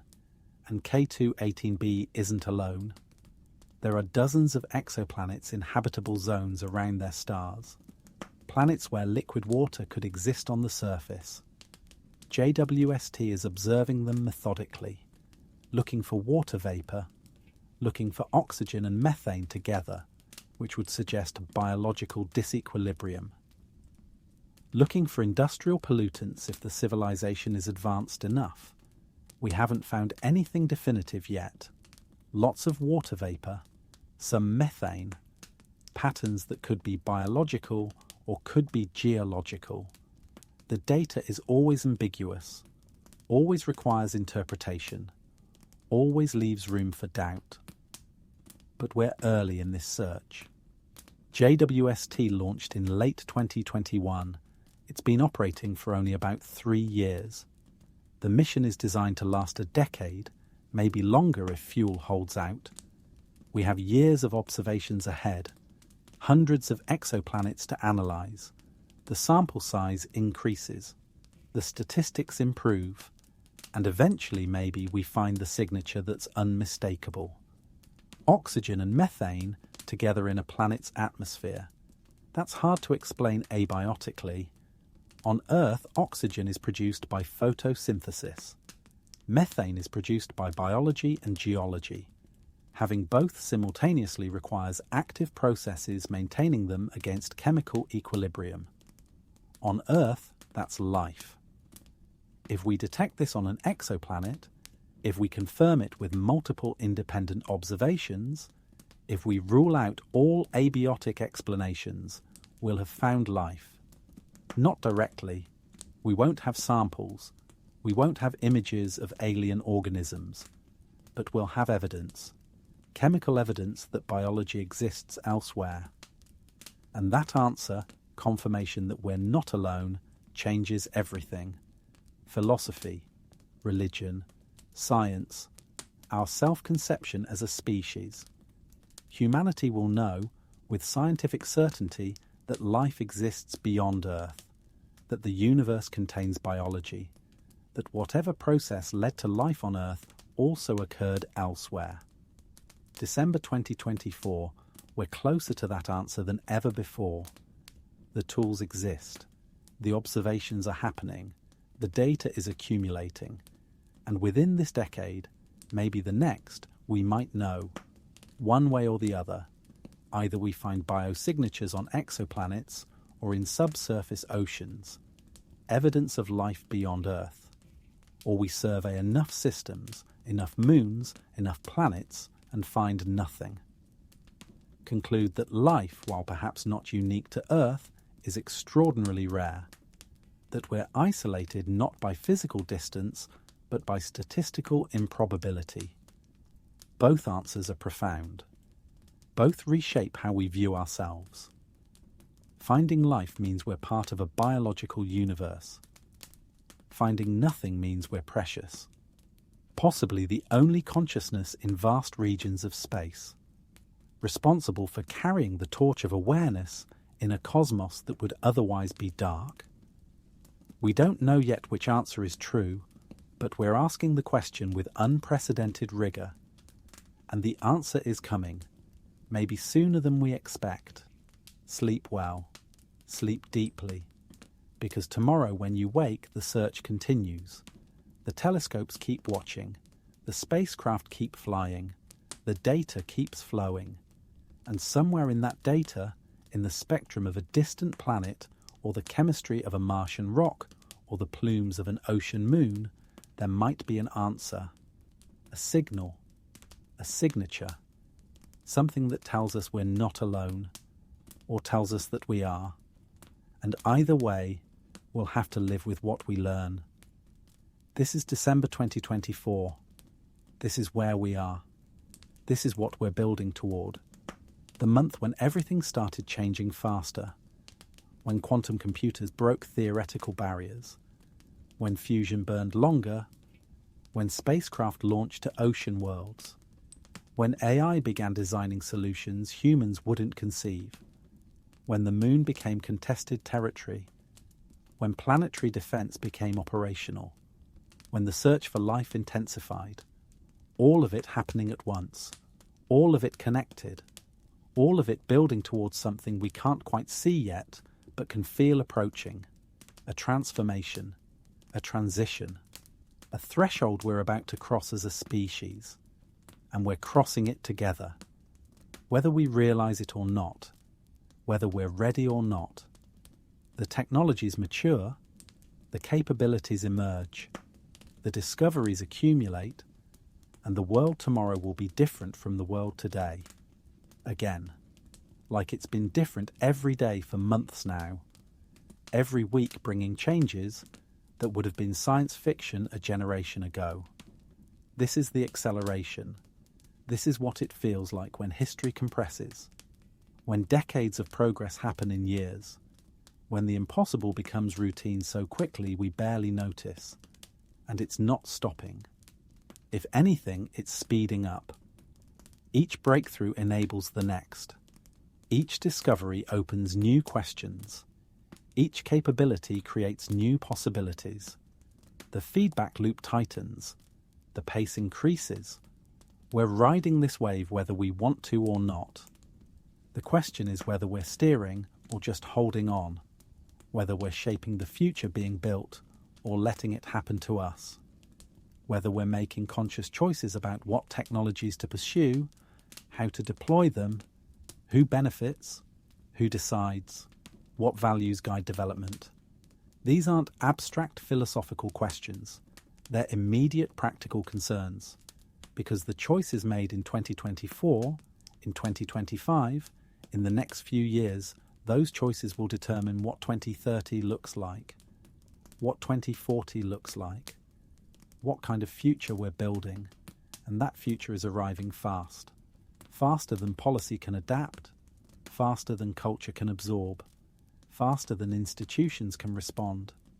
We're in the gap between possibility and governance, between capability and wisdom, between power and responsibility. This is the challenge of our time, not just building new technologies, but building them wisely. Not just reaching for capability, but considering consequences. Not just racing forward, but choosing direction. December 2024, the month everything changed. Again, like every month for the past few years, like every month for the foreseeable future, we're living in exponential times. And exponentials don't give warnings. They creep slowly, then explode suddenly. We're somewhere on that curve, past the creeping phase, into the explosion. Hold on, stay aware, pay attention. Because what happens next depends on decisions being made right now by scientists, by engineers, by policymakers, by companies, by nations, by individuals who care enough to stay informed and engaged. This is your bedtime story, the story of now, the story of tomorrow being built today, the story of humanity reaching for capabilities that could save us or destroy us or transform us beyond recognition. And the ending isn't written yet. We're writing it together, every day, every choice, every action. Sleep well. But when you wake, remember, the world is changing. We're changing it. And what we build next matters more than anything we've built before. But there's something else we haven't talked about yet. Something that ties all of these threads together in a way that's both obvious and subtle. Something that's accelerating every technology, every discovery, every capability we've discussed. Money, investment. The economics of space are changing as dramatically as the technology. And that's driving everything else. 10 years ago, private space companies were curiosities, novelties. SpaceX was struggling to reach orbit reliably. Blue Origin was still mostly concept art and engine tests. The industry was dominated by government contractors. Boeing, Lockheed Martin, Northrop Grumman. Companies that built what governments ordered and charged what governments would pay.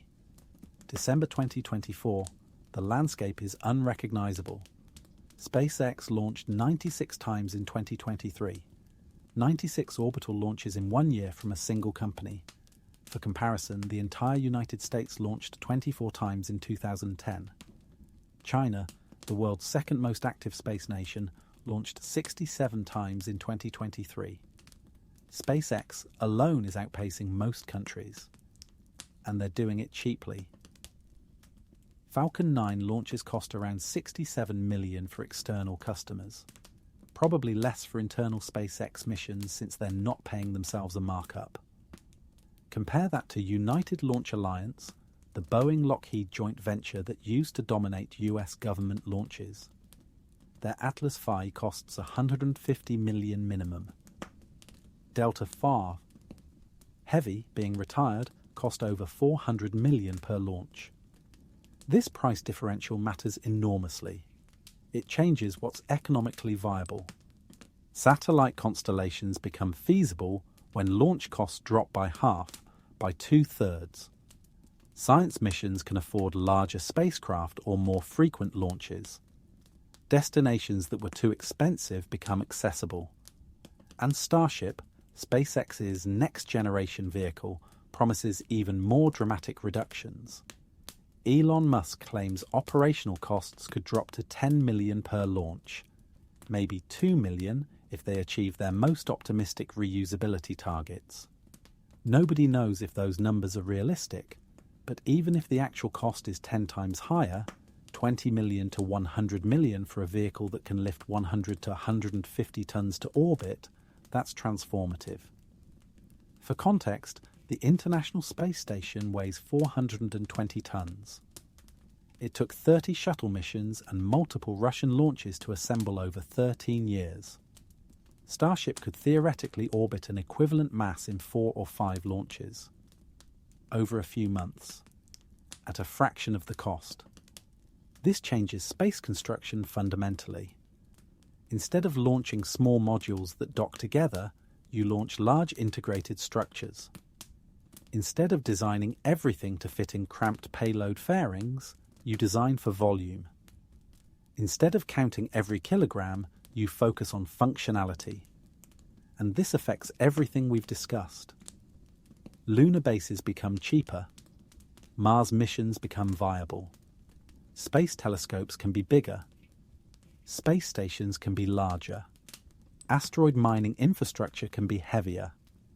Everything scales up when launch costs drop and payload capacity increases.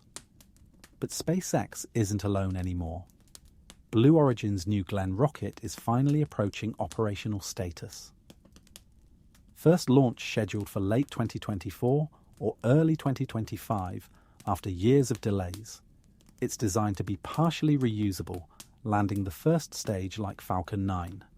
Payload capacity, 45 tons to low Earth orbit. Not Starship scale, but competitive with existing heavy lift vehicles. Rocket Lab, a smaller company that started with small satellite launches, is developing Neutron, a medium-lift reusable rocket targeting the gap between their current Electron vehicle and SpaceX's Falcon 9. First launch planned for 2025. They're positioning it for satellite constellation deployment and lunar missions. Relativity Space is 3D printing entire rockets. Seriously, massive printers building rocket structures layer by layer from metal alloy. Their Terran R vehicle in development is designed for reusability and rapid manufacturing. The idea is to iterate quickly. Print a rocket, launch it, gather data, print an improved version, launch again. Cycle time measured in months instead of years. China has multiple private space companies now. Galactic Energy, iSpace, Landspace, others. They're developing rockets, launching satellites, operating commercially. The Chinese government is encouraging private space industry as part of broader economic strategy, and they're moving fast. Landspace's Juke-2 became the world's first methane-fueled rocket to reach orbit in 2023, beating SpaceX's Starship to that milestone. India's space program is opening to private companies.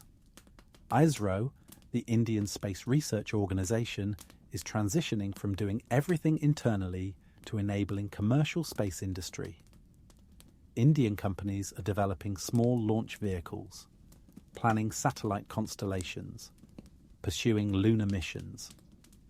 Japan has iSpace, attempting commercial lunar landers. Their first attempt crashed in April 2023. They're trying again. Persistence in space pays off. Failure is expensive, but failure is also data. You learn what doesn't work, you fix it, you try again. Europe has startups developing small launchers. ISAR Aerospace, Rocket Factory Augsburg, PLD Space, others. They're smaller than American companies, less funded, but they're establishing European launch capability independent of traditional players like Arianespace. This global expansion of commercial space creates competition. Competition drives innovation, drives cost reduction, drives capability improvement, and it creates redundancy. If one company fails, others continue. If one nation restricts access, others provide alternatives. But it also creates challenges. Orbital space is getting crowded, really crowded. There are over 8,000 active satellites in orbit as of late 2024. Starlink alone accounts for more than 5,000 of them, and that's just active satellites. Add in dead satellites, spent rocket stages, debris from collisions and explosions, and there are hundreds of thousands of trackable objects. Millions of smaller pieces too small to track but large enough to damage spacecraft. This debris problem isn't theoretical. Collisions happen. In 2009, an inactive Russian satellite collided with an active American Iridium satellite. Both destroyed. Debris fields created. In 2021, Russia conducted an anti-satellite missile test, deliberately destroying one of their own satellites. Created over 1,500 trackable debris pieces. The International Space Station had to maneuver to avoid fragments, and it's getting worse. More satellites means more potential collisions. Each collision creates more debris. More debris increases collision probability. This is Kessler syndrome, the cascade we talked about earlier, and we're not sure where the threshold is. How many objects can orbit safely before the cascade becomes inevitable? There are mitigation efforts. Satellites are now designed to deorbit at end of life, either by firing thrusters to slow down and re-enter atmosphere, or by moving to graveyard orbits where they won't interfere with operational satellites. International guidelines recommend this, but compliance is voluntary. Not all satellites have deorbit capability. Not all operators follow guidelines. And there's active debris removal. Companies developing spacecraft that can rendezvous with dead satellites and push them to re-enter, or grab debris and collect it. ClearSpace, a Swiss company, is planning a mission to remove a defunct payload adapter from orbit. Astroscale, a Japanese company, has tested rendezvous technologies. These are early demonstrations, proving the concept works. But scaling up to clean significant amounts of debris requires funding, investment, economic incentives. Who pays for cleaning up space? The companies that created the debris. Most are no longer operational or were government entities operating under different rules. Future satellite operators who benefit from cleaner orbits? They'd rather spend money on their own satellites. Governments acting in collective interest? Maybe. But international coordination is difficult. This is the tragedy of the commons playing out in orbit. Everyone benefits from clean orbital space. No individual actor has sufficient incentive to pay for cleaning it, so it doesn't get cleaned, and the problem grows. Unless economics change, unless launch costs drop so much that debris removal becomes commercially viable, or unless regulations mandate it.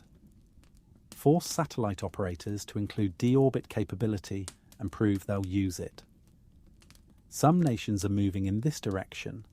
The FCC in the United States now requires satellites to deorbit within 5 years of end of mission.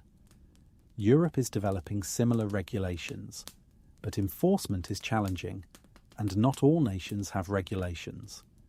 December 2024, we're at an inflection point in orbital sustainability. We can still manage this. The debris population is high but not yet catastrophic. We have technology to mitigate. We're developing technology to remediate. What we need is coordination. International agreements with enforcement mechanisms, economic structures that incentivize responsible behavior, political will to prioritize long-term orbital access over short-term commercial interests. And this connects back to everything else, because sustainable access to orbit is foundational. Every technology we've discussed, quantum computing, AI, fusion, asteroid mining, lunar bases, Mars missions, all of it depends on getting to orbit safely and reliably. If we lose orbital access due to debris cascade, if launches become too risky because collision probability is too high, everything stops. We'd still have ground-based technology, quantum computers, fusion reactors, AI, but space-based infrastructure would become inaccessible. Satellites would fail and couldn't be replaced. GPS degrades, communication networks degrade, Earth observation satellites fail, weather forecasting degrades, climate monitoring degrades. All the systems we've built that depend on space assets would slowly fail. And we couldn't build new space infrastructure, couldn't launch missions to asteroids or moons or planets, couldn't deploy space telescopes, couldn't establish off-world industry. We'd be trapped on Earth, not by physical impossibility, but by orbital debris we created ourselves. This is why orbital sustainability matters as much as any technology development, maybe more. Because it's the choke point, the single failure mode that stops everything else. And it's solvable. Not easily, not cheaply, but solvable. We have the technology. We need the cooperation, the regulations, the economic structures, the political will. December 2024, these discussions are happening in the United Nations Committee on the Peaceful Uses of Outer Space, in the Interagency Space Debris Coordination Committee, in national space agencies, in commercial space industry associations. People are aware of the problem, working on solutions. But awareness isn't sufficient. Solutions need implementation, and implementation requires collective action on a scale we rarely achieve. But we have achieved it before. The Montreal Protocol eliminated ozone-depleting chemicals. International cooperation on an environmental problem that crossed all borders. It worked. The ozone layer is recovering. Space debris is similar. A global commons problem requiring global coordination. And if we solved ozone depletion, we can solve orbital debris. We just need to decide it's a priority, allocate resources, enforce agreements, follow through, because the alternative is losing access to space. And losing space access means losing all the capabilities space provides. All the technologies dependent on satellite infrastructure, all the science conducted from orbit, all the resources accessible from asteroids and moons, all the futures where humanity becomes multiplanetary. We lose all of that if we can't maintain orbital access, and maintaining it requires acting now, before the cascade starts, before it becomes unsolvable. This is the hidden story of December 2024, not just the breakthroughs, not just the new technologies and discoveries, but the infrastructure, the economics, the sustainability challenges, the collective action problems we need to solve to make any of the rest possible. And it's all connected. Quantum computers need satellite communication for global networks.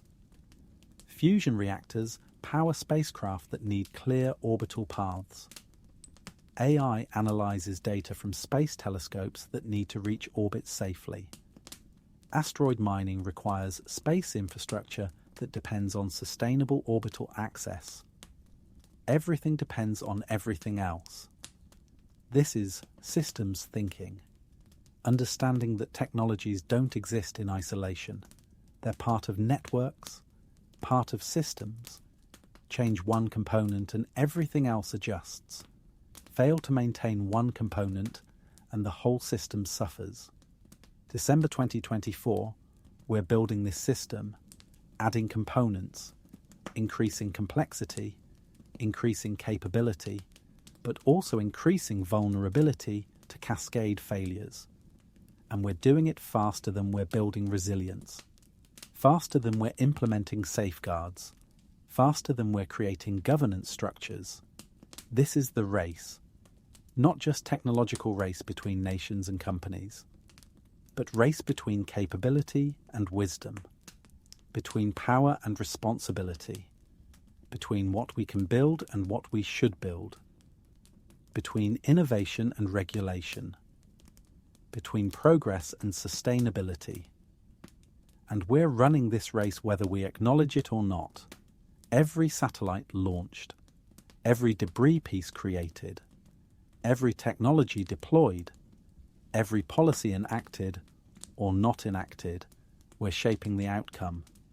The question is whether we're doing it consciously, whether we're making deliberate choices or just reacting, whether we're planning for long-term consequences or optimizing for short-term gains. December 2024, the answer is mixed. Some actors are thinking long-term, planning sustainably, acting responsibly. Others are moving fast and breaking things, prioritizing first-mover advantage, accepting risks they might not fully understand. And the outcome depends on which approach dominates, whether collective wisdom prevails over individual competition, whether we coordinate effectively or fragment, whether we treat space as a shared resource requiring stewardship or an open frontier for exploitation. Both perspectives have merit. Both have risks. The challenge is finding balance, enabling innovation while ensuring sustainability, allowing competition while maintaining cooperation, pursuing capability while exercising restraint. This is governance. This is policy. This is the unglamorous work that makes dramatic achievements possible. And it's happening now, while rockets launch and satellites deploy and technologies advance. Good night. The stars are waiting. The future is coming. And we're the ones who decide what it looks like, not just through technology, through choices, through cooperation, through wisdom to match our power. Sleep well. Tomorrow the work continues, and that work extends beyond orbit, beyond the moon, beyond even Mars. Because while we focus on near-term challenges, on debris and budgets, and technology development, there's a longer arc, a trajectory that started decades ago and is now accelerating towards something unprecedented. Human expansion into the solar system, not as visitors, as inhabitants. This sounds like science fiction. It has sounded like science fiction for 70 years. Since Wernher von Braun published his Mars mission concepts in the 1950s. Since Gerard O'Neill designed space colonies in the 1970s. Since Robert Zubrin outlined Mars Direct in the 1990s. Visionaries have been proposing this for generations, and for generations it remained vision, not reality. December 2024, something shifted. The economics are changing. The technology is maturing. The political will, fragmented and inconsistent as it is, exists.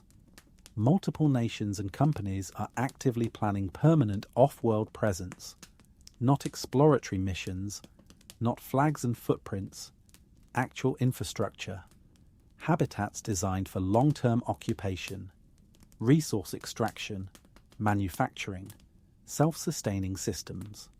Artemis, NASA's lunar program, explicitly targets sustainable presence. The Artemis Accords, signed by over 30 nations, establish principles for lunar activity.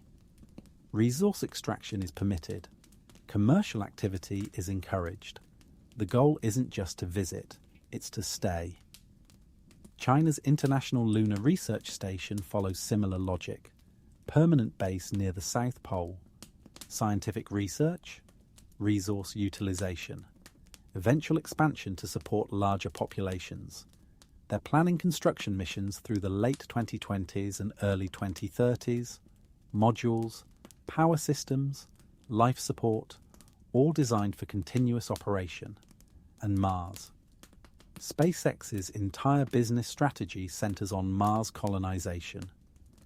Starship isn't designed for Earth orbit, it's designed for Mars. The payload capacity, the in-space refueling architecture, the methane-oxygen propulsion that can be manufactured from Martian atmosphere and subsurface ice. Everything optimized for making Mars accessible. Elon Musk talks about cities on Mars, populations of millions, self-sustaining civilization independent of Earth. This sounds absurd. It probably is absurd on the timescales he suggests. But the direction is real.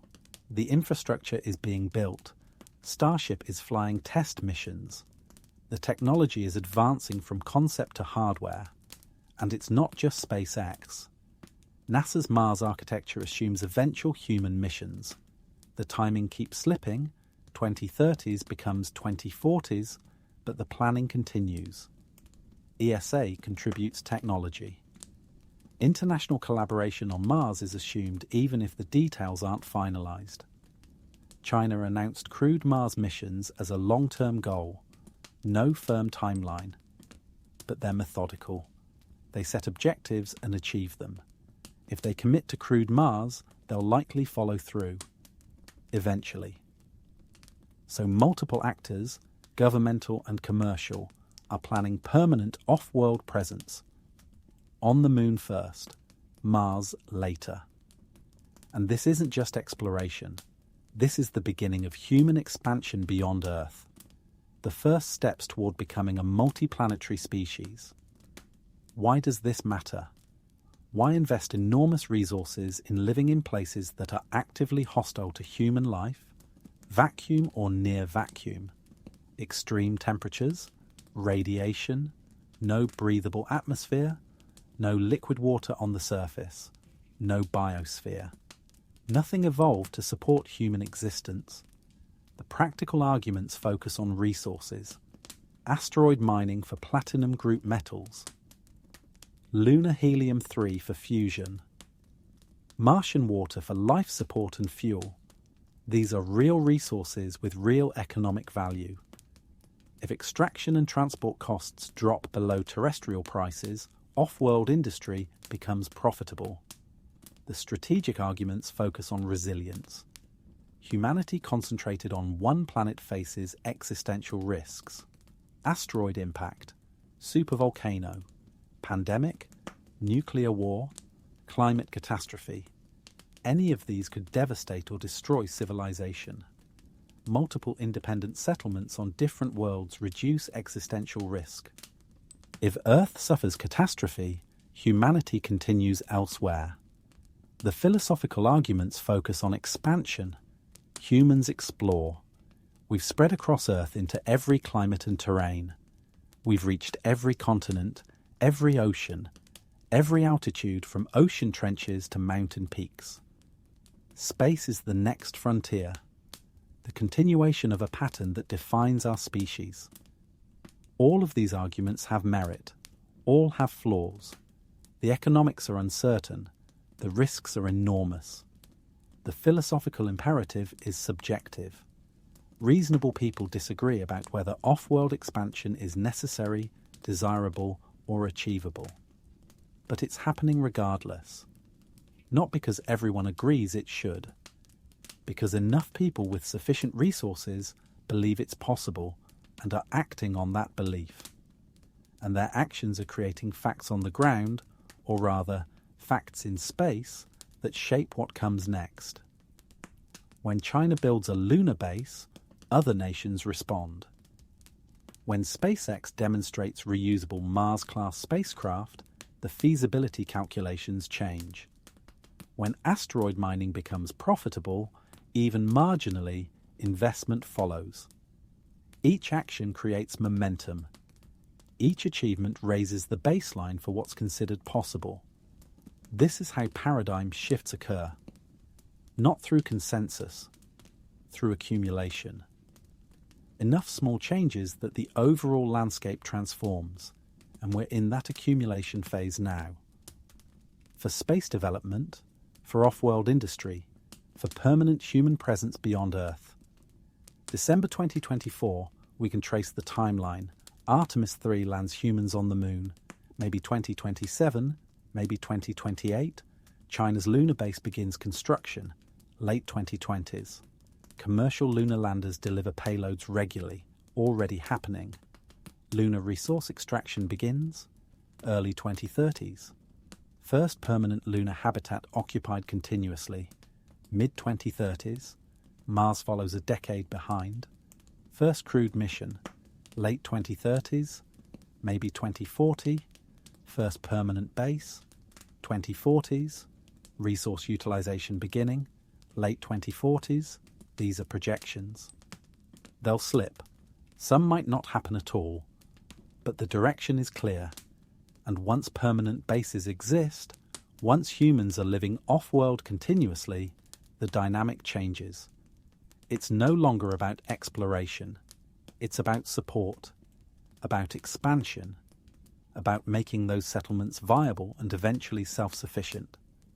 This requires enormous infrastructure, power generation, life support, food production, manufacturing, medical facilities, communication systems, transportation, governance. All of it needs to be developed for environments radically different from Earth. Some of this technology exists, some is being developed, some hasn't been invented yet, but the gaps are narrowing. Fusion reactors provide power. Closed-loop life support recycles air and water. Hydroponics and cellular agriculture produce food. 3D printing manufactures components from local materials. AI optimizes systems. Robotics provides labor. Each technology we've discussed connects here. Fusion powers the habitats. AI manages the systems. Robotics builds the infrastructure. Quantum computing optimizes logistics. All of it necessary for making off-world settlements functional. And this is why December 2024 matters. We're not just developing technologies in isolation. We're assembling the toolkit for off-world civilization. Each breakthrough, each capability, each system adds another piece. And the picture is becoming coherent. We can see how it fits together, how the parts integrate into a functioning whole. This doesn't mean it'll be easy, or quick, or cheap. Off-world settlement will be the most difficult thing humanity has attempted. Harder than the Apollo program, harder than building the ISS, harder than any terrestrial megaproject. The challenges are immense, the risks are severe, the costs are staggering, but difficult isn't impossible. Risky isn't prohibitive. Expensive isn't insurmountable. We've done difficult things before. We've managed risks before. We've funded expensive projects before. And we've succeeded. The interstate highway system cost over $500 billion in current dollars. The Manhattan Project cost $30 billion adjusted for inflation. The Apollo program cost $280 billion in today's money. Large infrastructure projects require large investment, but they generate returns, economic returns, strategic returns, technological returns. Space development will be similar. Enormous upfront costs, long payback periods, but eventually returns.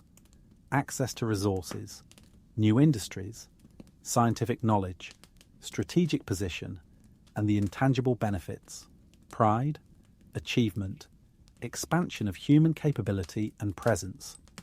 December 2024, we're in the investment phase, building technology, developing expertise, establishing presence. The returns are distant, but they're coming. And the nations and companies positioning themselves now gain first-mover advantage. This is why China's investing heavily, why the US is maintaining programs despite budget pressures, why commercial companies are risking capital, They're positioning for long-term advantage in what might become the most important economic and strategic domain of the 21st and 22nd centuries: space. Not as abstract concept, as territory, as resources, as infrastructure, as home. And here's what's remarkable. This isn't speculation anymore, it's planning. Concrete plans with timelines and budgets and hardware development. The Gateway Station orbiting the Moon. Construction beginning 2025. Lunar landers contracted and building. Artemis missions funded through at least Artemis 4. China's space station operational and expanding. Their lunar missions proceeding on schedule. The infrastructure is being built. Now. While we sleep, while we work, while we live our terrestrial lives. Spacecraft are launching. Components are being manufactured. Astronauts are training. Engineers are solving problems. The momentum is building, and it's irreversible at this point. Too much invested. Too many programs committed. Too much political capital expended. Barring civilizational catastrophe, humans will live off-world permanently within the next 2 decades. It's not a question of if. It's a question of when and how and who. This is the context for everything else. The quantum computers and fusion reactors and AI systems. The asteroid tracking and planetary defense. The search for life and exploration of ocean moons. All of it happens against this backdrop of human expansion into space. We're not just observing the universe anymore. We're moving into it, taking our biology, our technology, our civilization into environments that never knew life, transforming dead worlds into places humans can survive, eventually thrive. This is terraforming, not in the science fiction sense of making Mars Earth-like. That would take millennia if it's possible at all, but in the practical sense of creating habitable spaces, enclosed environments where humans can live, work, raise families, build communities.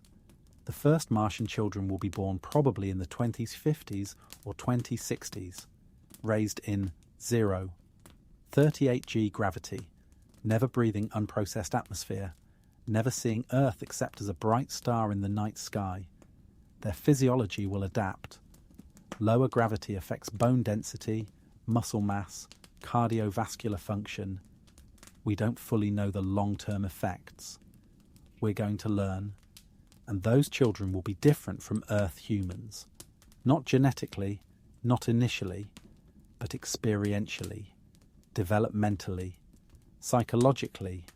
They'll be native Martians, the first generation of humans who don't come from Earth, who belong somewhere else. This is profound. This changes what it means to be human.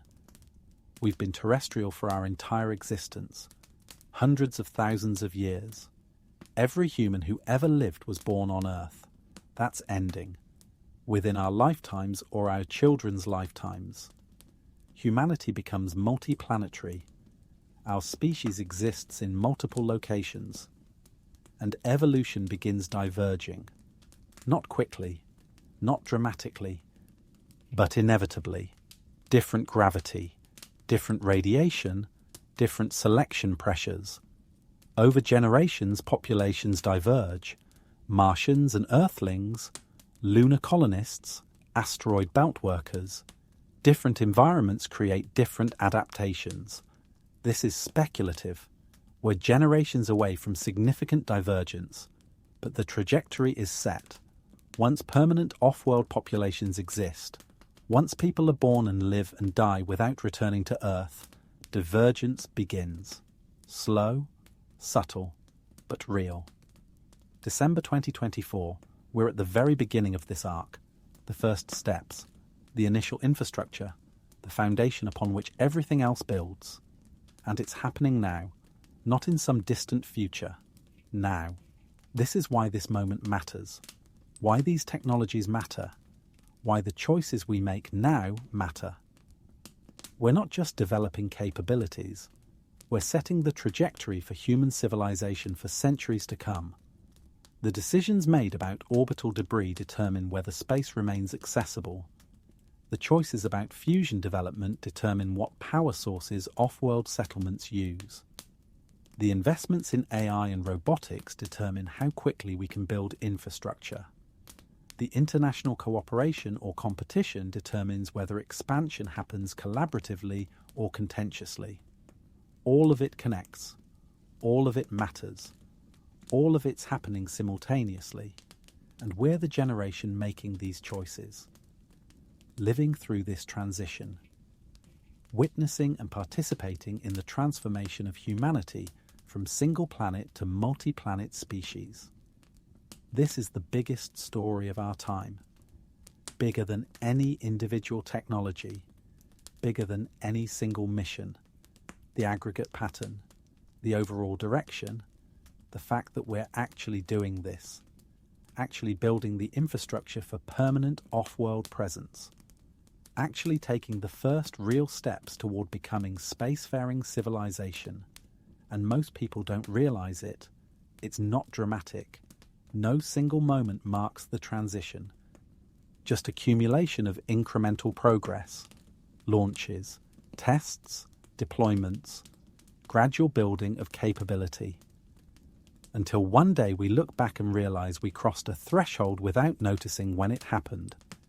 December 2024 might be one of those moments, or it might be years earlier, or years ahead.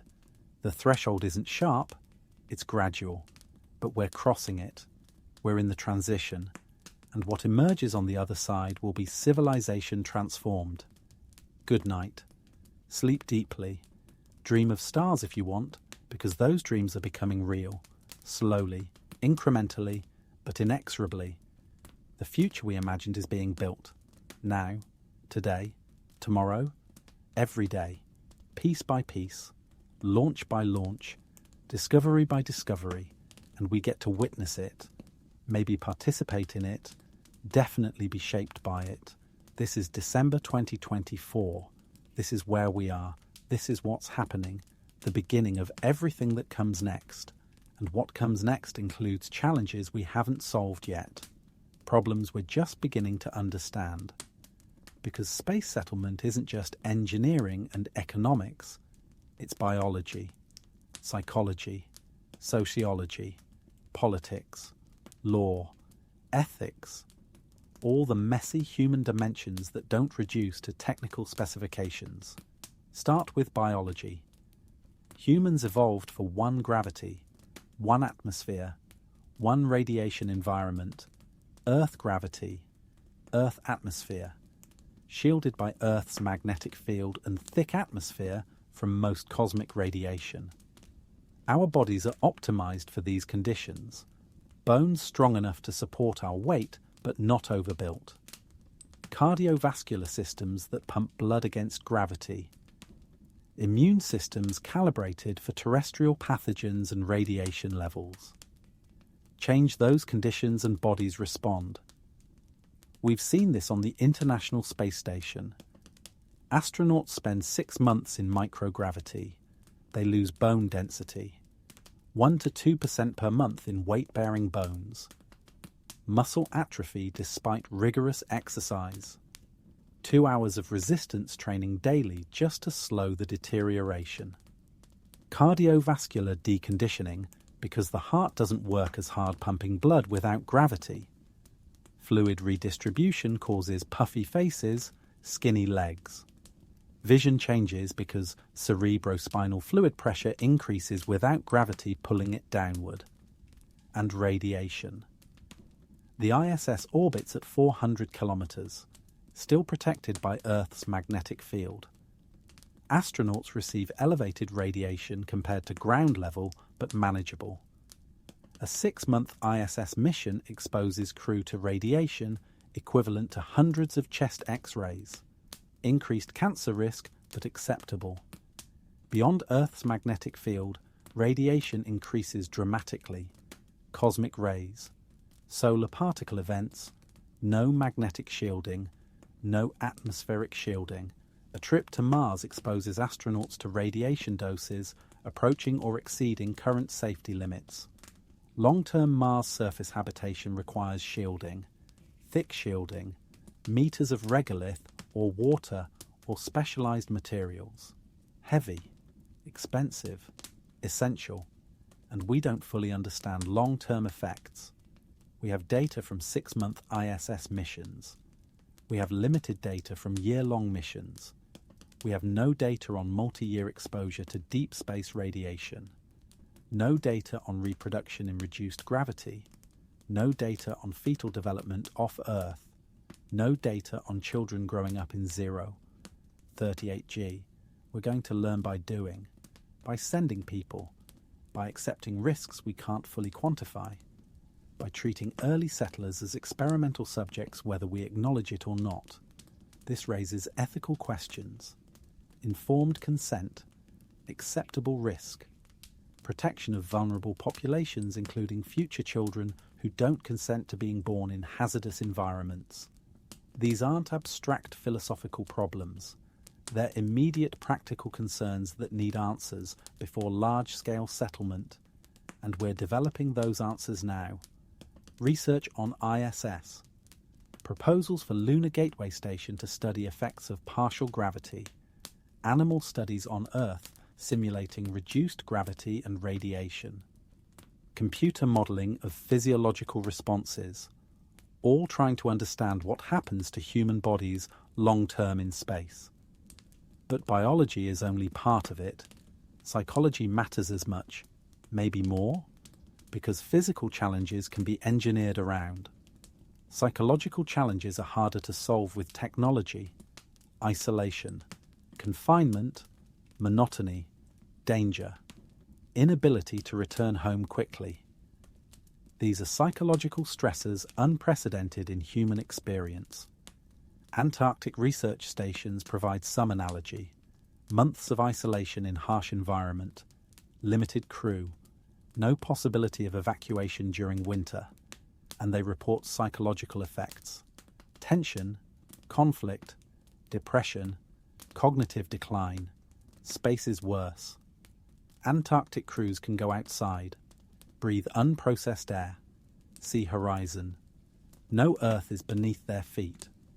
Space crews are trapped in pressurized cans, cannot go outside without complex dangerous EVA procedures, cannot breathe outside air because there isn't any, cannot see Earth if they're on Mars or asteroid, just stars and barren landscape. And the distances. From ISS, Earth is visible. Beautiful blue marble filling the view, reassuring. From the Moon, Earth is distant but visible, still connected. From Mars, Earth is a bright star. From the asteroid belt, barely visible. The psychological impact of that distance, that isolation, we don't fully understand. And duration. ISS missions last months. Mars missions last years. Travel time alone is 6 to 9 months each way. Surface stay is determined by orbital mechanics. Launch windows occur every 26 months when Earth and Mars align favourably. If you miss your return window, you wait another 2 years. Minimum mission duration, 2 to 3 years. Possibly longer if anything goes wrong. 2 to 3 years isolated in confined spaces with the same small crew. No possibility of early return, no emergency evacuation, no rescue if something fails. That's the reality of Mars exploration. And it's psychologically extreme. ISS crews undergo extensive psychological screening, personality testing, behavioural assessment, compatibility evaluation. And still there are tensions, interpersonal conflicts, cultural differences, language barriers when international crews mix, all manageable in 6 months with the knowledge that Earth is right there, harder to manage over years, and settlement makes it permanent. Early Mars colonists won't be rotating back to Earth every few years. The economics don't work. Launch windows are infrequent. Transportation is expensive. If you're building infrastructure on Mars, you stay on Mars. Years, possibly decades, possibly for life. This creates communities, not just crews. Communities with all the complexity that implies. Hierarchies, politics, culture, relationships, children eventually, all developing in isolation from Earth, under conditions no human community ever experienced. How do these communities govern themselves? Earth laws apply. Which Earth laws? US law, if it's a NASA base? Chinese law for Chinese bases? International law? Maritime law often gets cited as analogy, but ships eventually return to port and fall under port nation jurisdiction. Mars colonies don't return to port. The Outer Space Treaty says nations retain jurisdiction over their space objects and personnel, but it also says celestial bodies can't be claimed as territory. So there's ambiguity. If you build a base on Mars, you have jurisdiction over the base and crew. But do you have jurisdiction over the surrounding area? Can you claim resources? Exclude others from mining nearby? The Artemis Accords try to clarify this. They establish safety zones around lunar operations, areas where other nations should avoid to prevent harmful interference, not territorial claims officially, but functionally similar. And they're bilateral agreements, not treaties. Nations can join or not. China hasn't joined. Russia hasn't joined. Their lunar activities won't follow Artemis Accords. This creates potential for conflict, not military conflict necessarily, but disputes, competing claims, disagreements over resource rights, and no clear legal framework for resolution, no space court, no enforcement mechanism, just national interests and whatever diplomatic or economic pressure nations can apply. December 2024, these legal frameworks are being negotiated, slowly, carefully, with lots of disagreement about fundamental principles. Does whoever gets there first have rights? Or does international law require resource sharing? Can private companies own extracted resources? Can they sell them, export them to Earth? The US passed the Space Act of 2015 saying US citizens and companies can own asteroid resources they extract. Luxembourg passed similar legislation. These are national laws creating property rights in space resources. But do other nations recognize those rights? Does international law? Unclear. And enforcement is complicated. If a Chinese company starts mining an asteroid, an American company claims, what happens? Who has jurisdiction? Who enforces whose laws? In international waters on Earth, we have maritime law and naval presence for enforcement. In space, we have competing national laws and no enforcement capability. This could evolve peacefully through negotiation and mutual interest in stable legal frameworks, or it could evolve contentiously through unilateral actions and competing claims. The outcome depends on choices made now: international cooperation or national competition, shared frameworks or fragmented authorities. And underlying all of this is economics. Space settlement requires enormous investment. Government funding is limited and subject to political cycles. Sustained investment over decades requires either unwavering political commitment, rare in democracies, or commercial returns that make private investment viable. This is why asteroid mining matters economically. If extraction and transport costs drop below terrestrial prices for certain materials, profit becomes possible. That profit attracts investment. Investment funds infrastructure. Infrastructure enables expansion. The feedback loop becomes self-sustaining. But we're not there yet. Asteroid mining hasn't been demonstrated profitable. The technology exists in principle. The resources are there. But costs remain prohibitive. Launch costs, even with reusable rockets, are high. Extraction technology needs development. Transport logistics are complex. Market prices for platinum group metals would need to stay high despite increased supply. The economics work in spreadsheets with optimistic assumptions. But reality is messier. Development costs overrun. Technology doesn't perform as expected. Markets shift. Investors get impatient. Many space mining companies started with bold plans in the 2010s. Most failed or pivoted to different businesses. The few remaining are struggling to raise capital. This doesn't mean asteroid mining is impossible, just harder than initial enthusiasm suggested. It'll require sustained investment through years of negative returns before profitability. That's typical for infrastructure development. Railroads weren't immediately profitable. Internet wasn't immediately profitable. Long-term infrastructure requires long-term investment horizons. And maybe governments provide initial investment, treating asteroid mining as strategic resource development rather than commercial venture. The way governments funded exploration and early colonization historically. Private companies followed later once basic infrastructure existed. This is arguably the pattern developing. NASA funds lunar lander development through commercial contracts.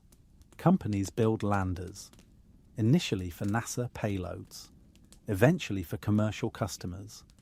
Government de-risks early development. Commercial operations follow. Same pattern could work for asteroid mining. Government funds demonstration missions, proves technology works, validates resource estimates, then private companies scale up. Or governments continue operations treating resources as strategic materials like oil reserves or rare earth minerals. December 2024, we're early in this process. Demonstration phase, proving concepts, building technology. The commercial operations are years away, maybe decades, but the foundation is being laid, and this connects to the broader pattern. Government and commercial roles blurring, public-private partnerships, international competition and cooperation happening simultaneously. Multiple actors pursuing similar goals through different approaches. All of it creating a complex evolving ecosystem of space activity. This ecosystem is fragile, dependent on sustained funding, vulnerable to political changes, susceptible to accidents and failures that could trigger backlash. But it's also resilient, distributed across multiple nations and companies. If one program fails, others continue. If one approach doesn't work, alternatives get tried, and the momentum is real. More spacecraft launching than ever before. More countries with space programs. More companies investing in space technology. More students studying aerospace engineering. More public interest and awareness. This creates positive feedback. Success breeds more investment.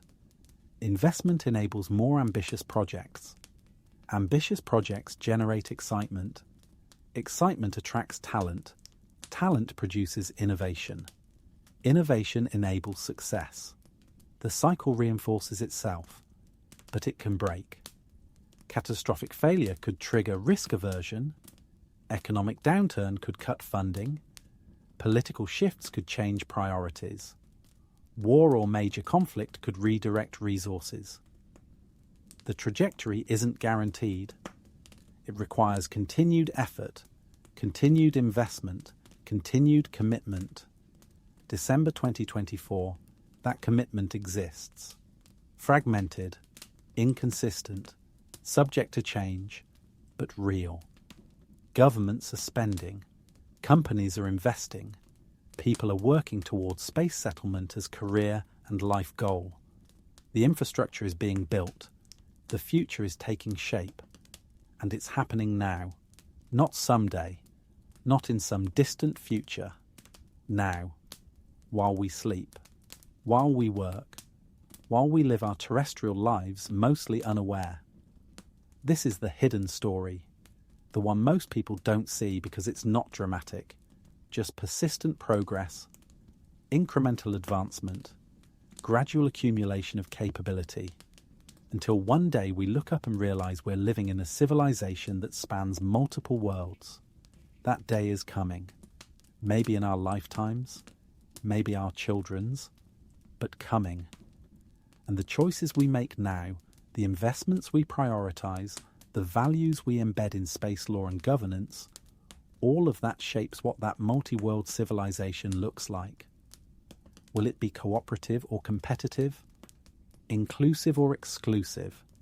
Sustainable or exploitative? Democratic or authoritarian? These questions are being answered now, through policy decisions and business models and international agreements, through choices about who gets to participate, who benefits, who decides.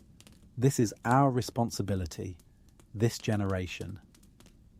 We're setting the precedent for space settlement, and precedents matter. They become traditions, traditions become culture. Culture shapes civilization for centuries.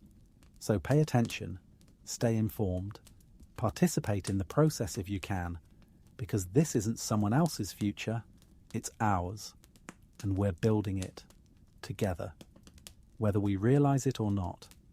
Good night, rest well. Tomorrow brings more launches, more discoveries, more steps toward the future we're creating, and that future is extraordinary, challenging, uncertain, but full of possibility. The stars are waiting, and we're finally learning how to reach them.